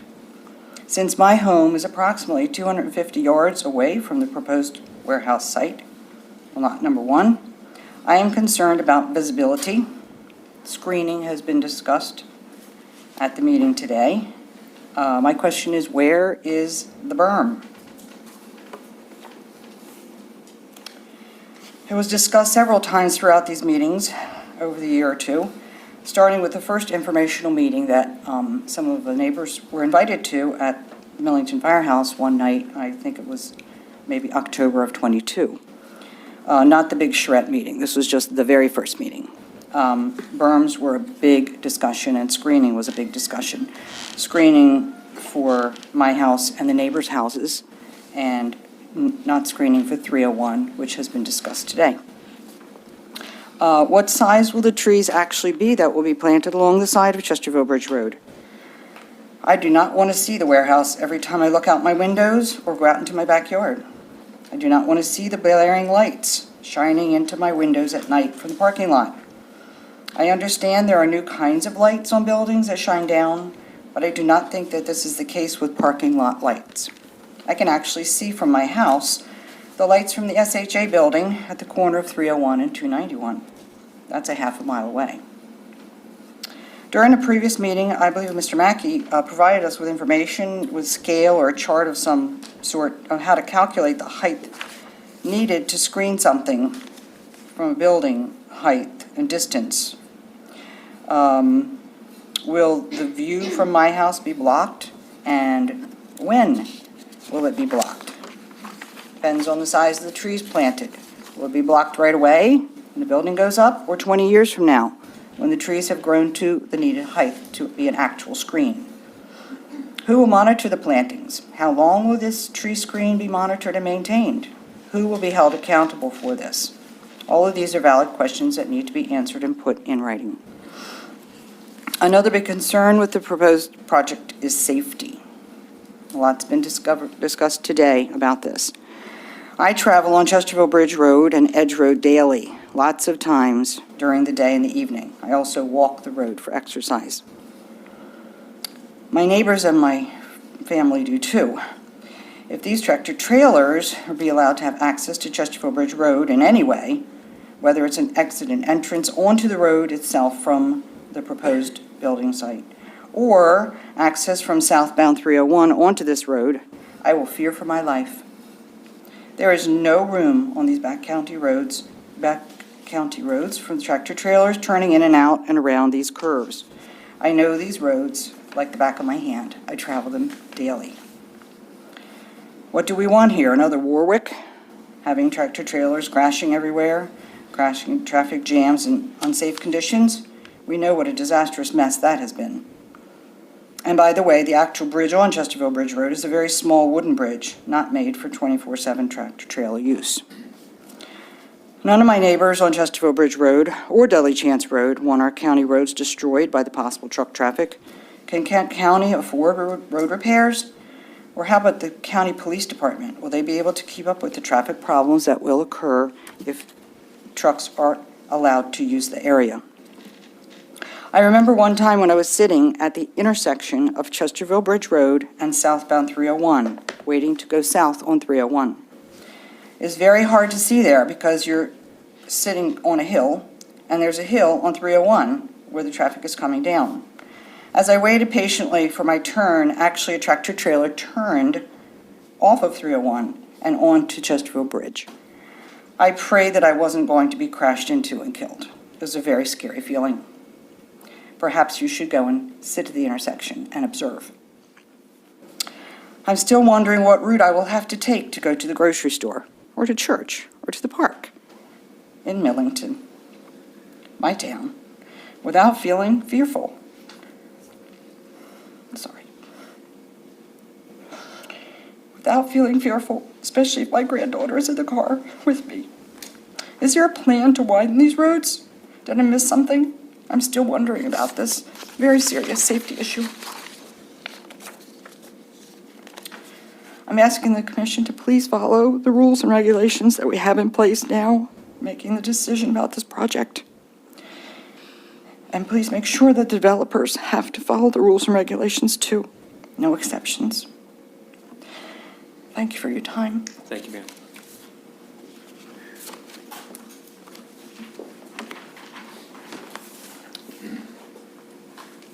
Melinda Bookwalter.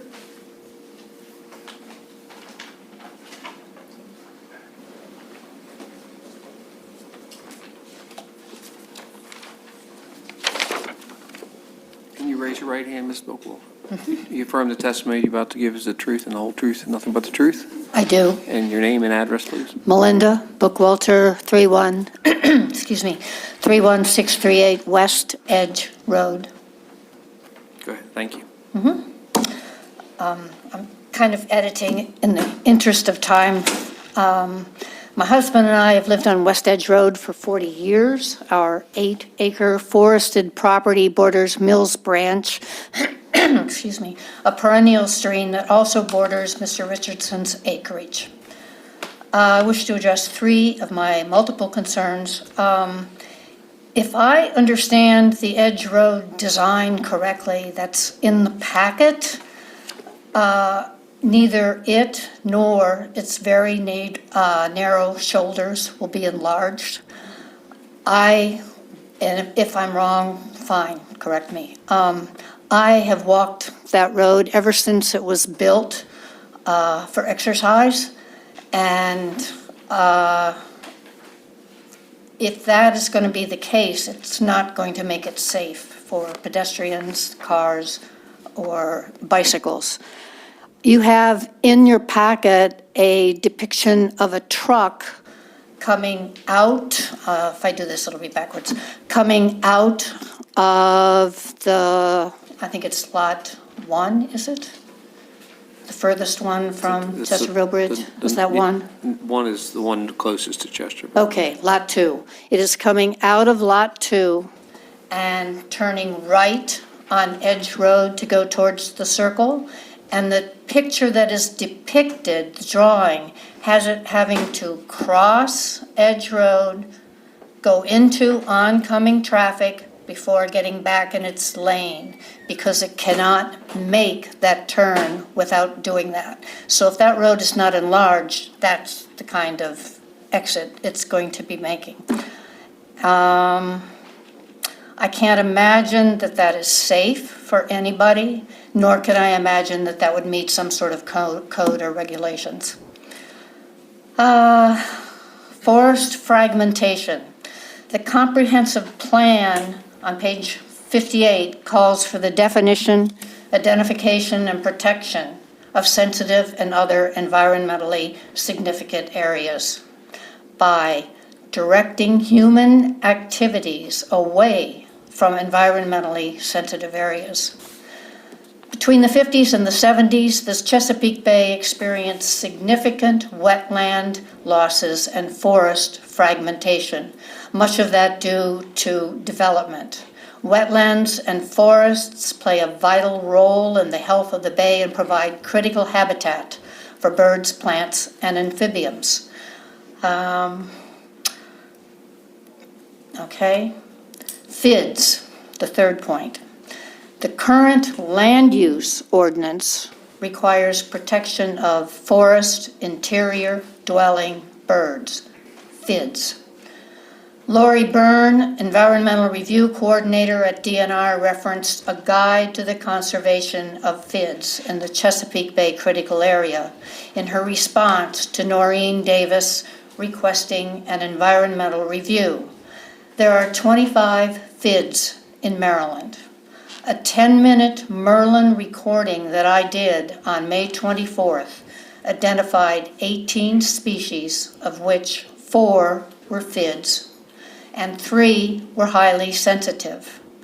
Her letter was quite specific that, quote, do not remove or disturb forest habitat during April to August, which may be expanded to February to August if the barred owl is present. Yes, it is present. The conservation of this habitat is mandated within the Chesapeake Bay Critical Area and must be addressed by the project plan.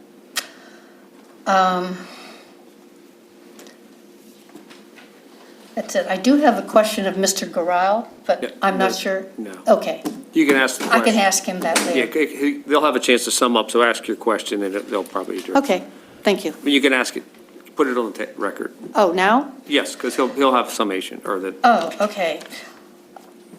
You commented on your 31 years of development, and you're sure we have looked you up to see what you have built.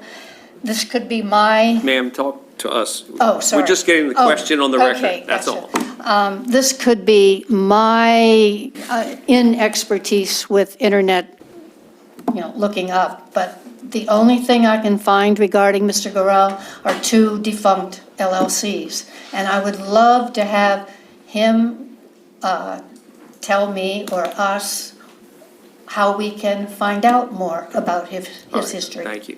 Okay. That's summation. Wait a minute. You're going to get a chance to summate. Great, Yeah, okay. do a summation. Okay, Okay. thank you, ma'am. Thank you.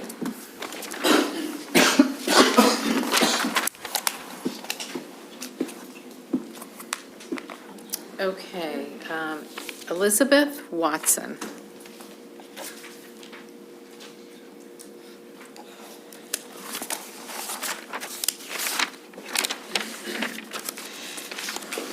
Good afternoon. You raise your hand. Do you affirm the testimony you're about to give is the truth, the whole truth, and nothing but the truth? I do so swear. Name and address for the record, please. My name is Elizabeth Watson, 226 North Kent Street, Chestertown. I'm just going to read what I hope is a very quick statement. It's a beautiful area. All of Chestertown and Kent County are wonderful places. And I understand the need for development. So I'm not here to protest development per se. I am here to speak in opposition, however, to the proposed concept plan for Everton Industrial. First and foremost, this development represents a major intrusion in a largely unspoiled stream, Mills Branch, a direct tributary to the Chester River with significant unfragmented forest habitat and the longest river in the county. This project occurs in the lower reach of the non-tidal length of Mills Branch. Spawning of white perch, yellow perch, and herring have been documented in this stream, excuse me, and the forest is documented habitat for forest interior dwelling birds, or FIDs, forest interior dwelling species, which require large contiguous forests to survive. These are the warblers we are all used to hearing as they migrate here in early spring. Kent County has only 29% of its area in forest cover, and this watershed is among the most forested in the county, which is saying something since our forest cover is so low in comparison to most of the rest of Maryland, actually. It is rated at 1% to 2%, excuse me, impervious cover, which is when you look at the upper Chester River watershed, that's not good, although it sounds good. And that's probably because 301 is completely in that watershed. So we really need to work to keep that watershed from getting any more impervious cover. All of these factors make it all the more important that this project not be allowed to degrade the water quality of this stream. If you must approve this project, please make sure it meets or preferably exceeds all limits to impervious surface and runoff estimates without exception. Sorry. In addition, this project will represent the first intrusion in the scenic character of this stretch of Route 301, with possible exception of the salt dome, which we're all used to seeing. I forgot about that until someone mentioned it, at a point that is considered a major gateway to both Millington to the east and Kent County as a whole to the west. If you must approve this project, please make sure that all landscaping standards are met or exceeded in the permitting, construction, and enforcement related to this project. It's a long-term decision. Concerning the FIDS habitat, I would specifically note that the DNR has provided an important series of recommendations. It's in your packet, including the prohibition of removing or disturbing forests during the breeding season. For most FIDs, this is April through August. But if barred owls or other early nesters are determined to be present, the restriction expands to February to August, fully 7 months, and the majority of a year's construction season. I would think, in fact, that this limitation would discourage Everton from removing any portion of the contiguous forest they propose removing. But if they persist in urging a waiver for such removal, I believe you should require a survey to confirm the species that are present and make your specific notations on your approval documents and the periodic county inspection of construction progress for the sake of vigorous and early enforcement, including the removal of trees as threatened earlier in advance of your permit. I strongly support economic development in this county, and so I understand there are supporters for this project. I am not persuaded that this is a good bet for the county and believe that there will be opportunity costs. It will preclude other, more appropriate development in the immediate area. It will furthermore disturb a quiet rural neighborhood with noise, lighting that will disturb the night sky, and dust and air pollution.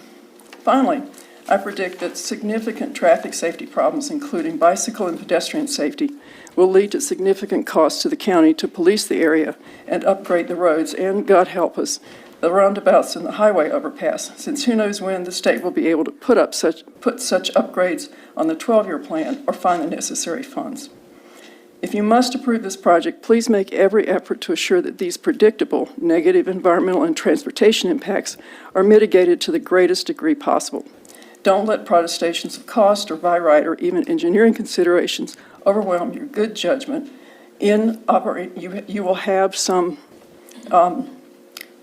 leeway in terms of granting waivers that are proven to be necessary. Just make sure that they prove that they're necessary. Please support existing property owners and Kent Countyans in general who treasure this place and the Chesapeake Bay watershed in which we all reside. Thank you. Thank you. Next is Janet Christensen Lewis.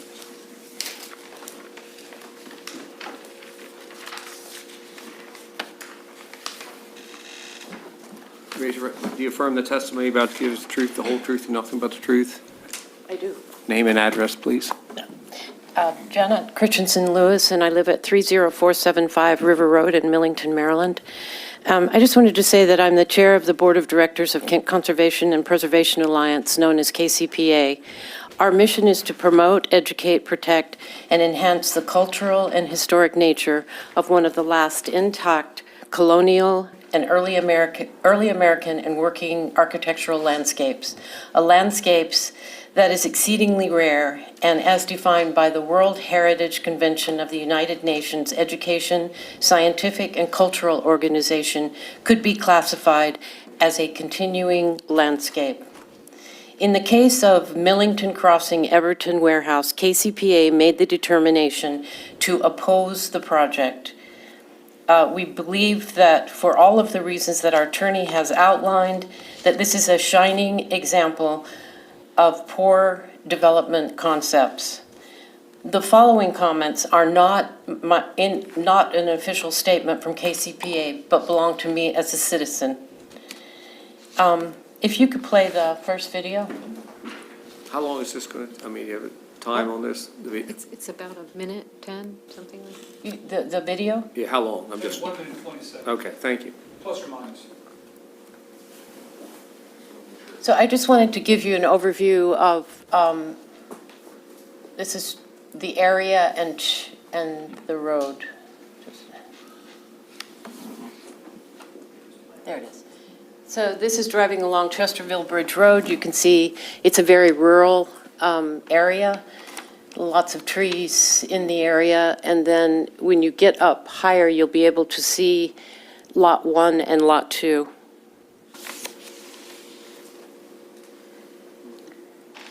And to understand why it's important for you to know what exists now, it's so that you can make decisions on what it will become and base it on the land use ordinance and the comprehensive plan.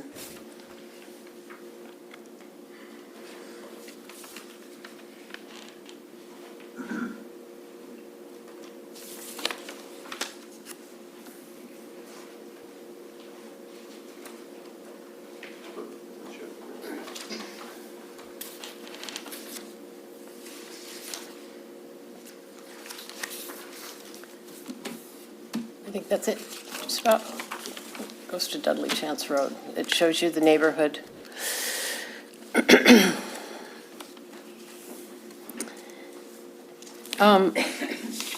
Article 5, Section 14.1 of the Land Use states that employment center districts are defined as planned developments that the uses to be environmentally sound, sustainable, and compatible with adjacent uses.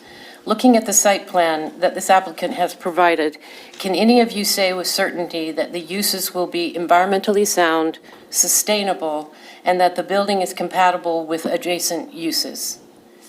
Section 14.7.2 of Article 5 gives explicit authority to the Planning Commission to require additional standards and requirements to those stated in the article necessary for the protection of the environment and the health and safety of citizens in the county. Section 14.9 again reiterates that the end goal is to preserve taxable values, promote public health, safety, and welfare. If you turn to the comprehensive plan, states that it, for instance, that new development complements and enhances the county's rural and historic character, stating further that new development can either enhance or erode the county's historic character, and that an applicant's design be considered with an eye on how it complements and enhances our rural and historic resources. Can I have the second video?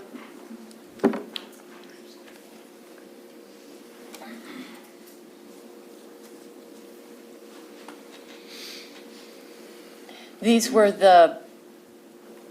is video that I took on Sunday of the 291 overpass of 301. You can see the road conditions, the shoulder conditions are not suitable as they are now for bike traffic, particularly if we see an increase in any kind of traffic coming on that. This is all on the overpass. And then if you go to the next section will show you the filming of Edge Road right here, very narrow and uneven pavement along there that creates conditions that people have already spoke about for pedestrians and for bicycles. And I see nothing in the plans that has any kind of commitment to work with State Highway to improve the conditions on the 291 overpass, nor to improve the conditions on Edge Road to accommodate this.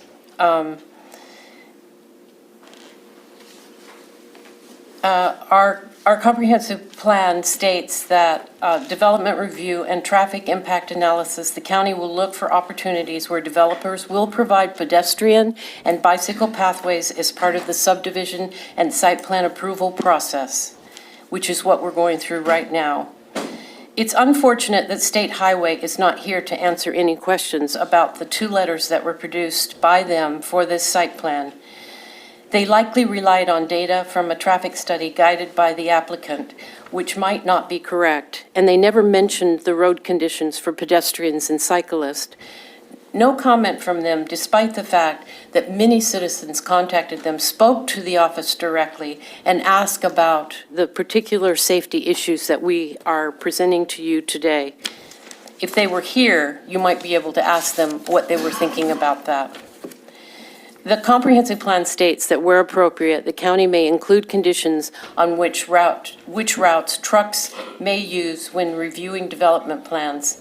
Chesterville Bridge Road turning off of 301 to enter the warehouses is dangerous and creates a safety hazard to school buses and residents that use the road for egress and entrance to and from their neighborhood.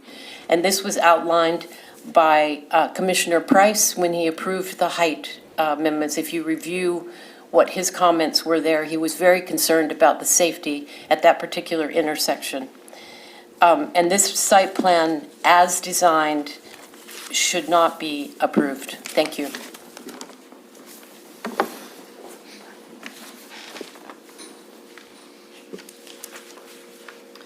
Next is Michael Kent.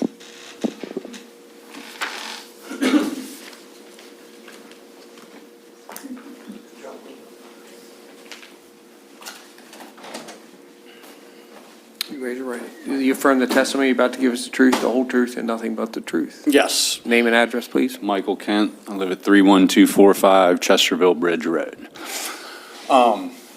My main concerns and what I just wanted to talk about real quick was basically the same thing that Mr. Crowding and Mr. Rouge brought up. And that's mainly, the traffic issue. Biggest concern being at Chesterville Bridge Road and 301 with the southbound traffic turning right on the road there. I daily use that intersection, so do both my young daughters. And I just feel like that's an awful tight turn for trucks to be making coming in and out of this project. And feel like, I thought that maybe a deceleration lane or something there, I don't know.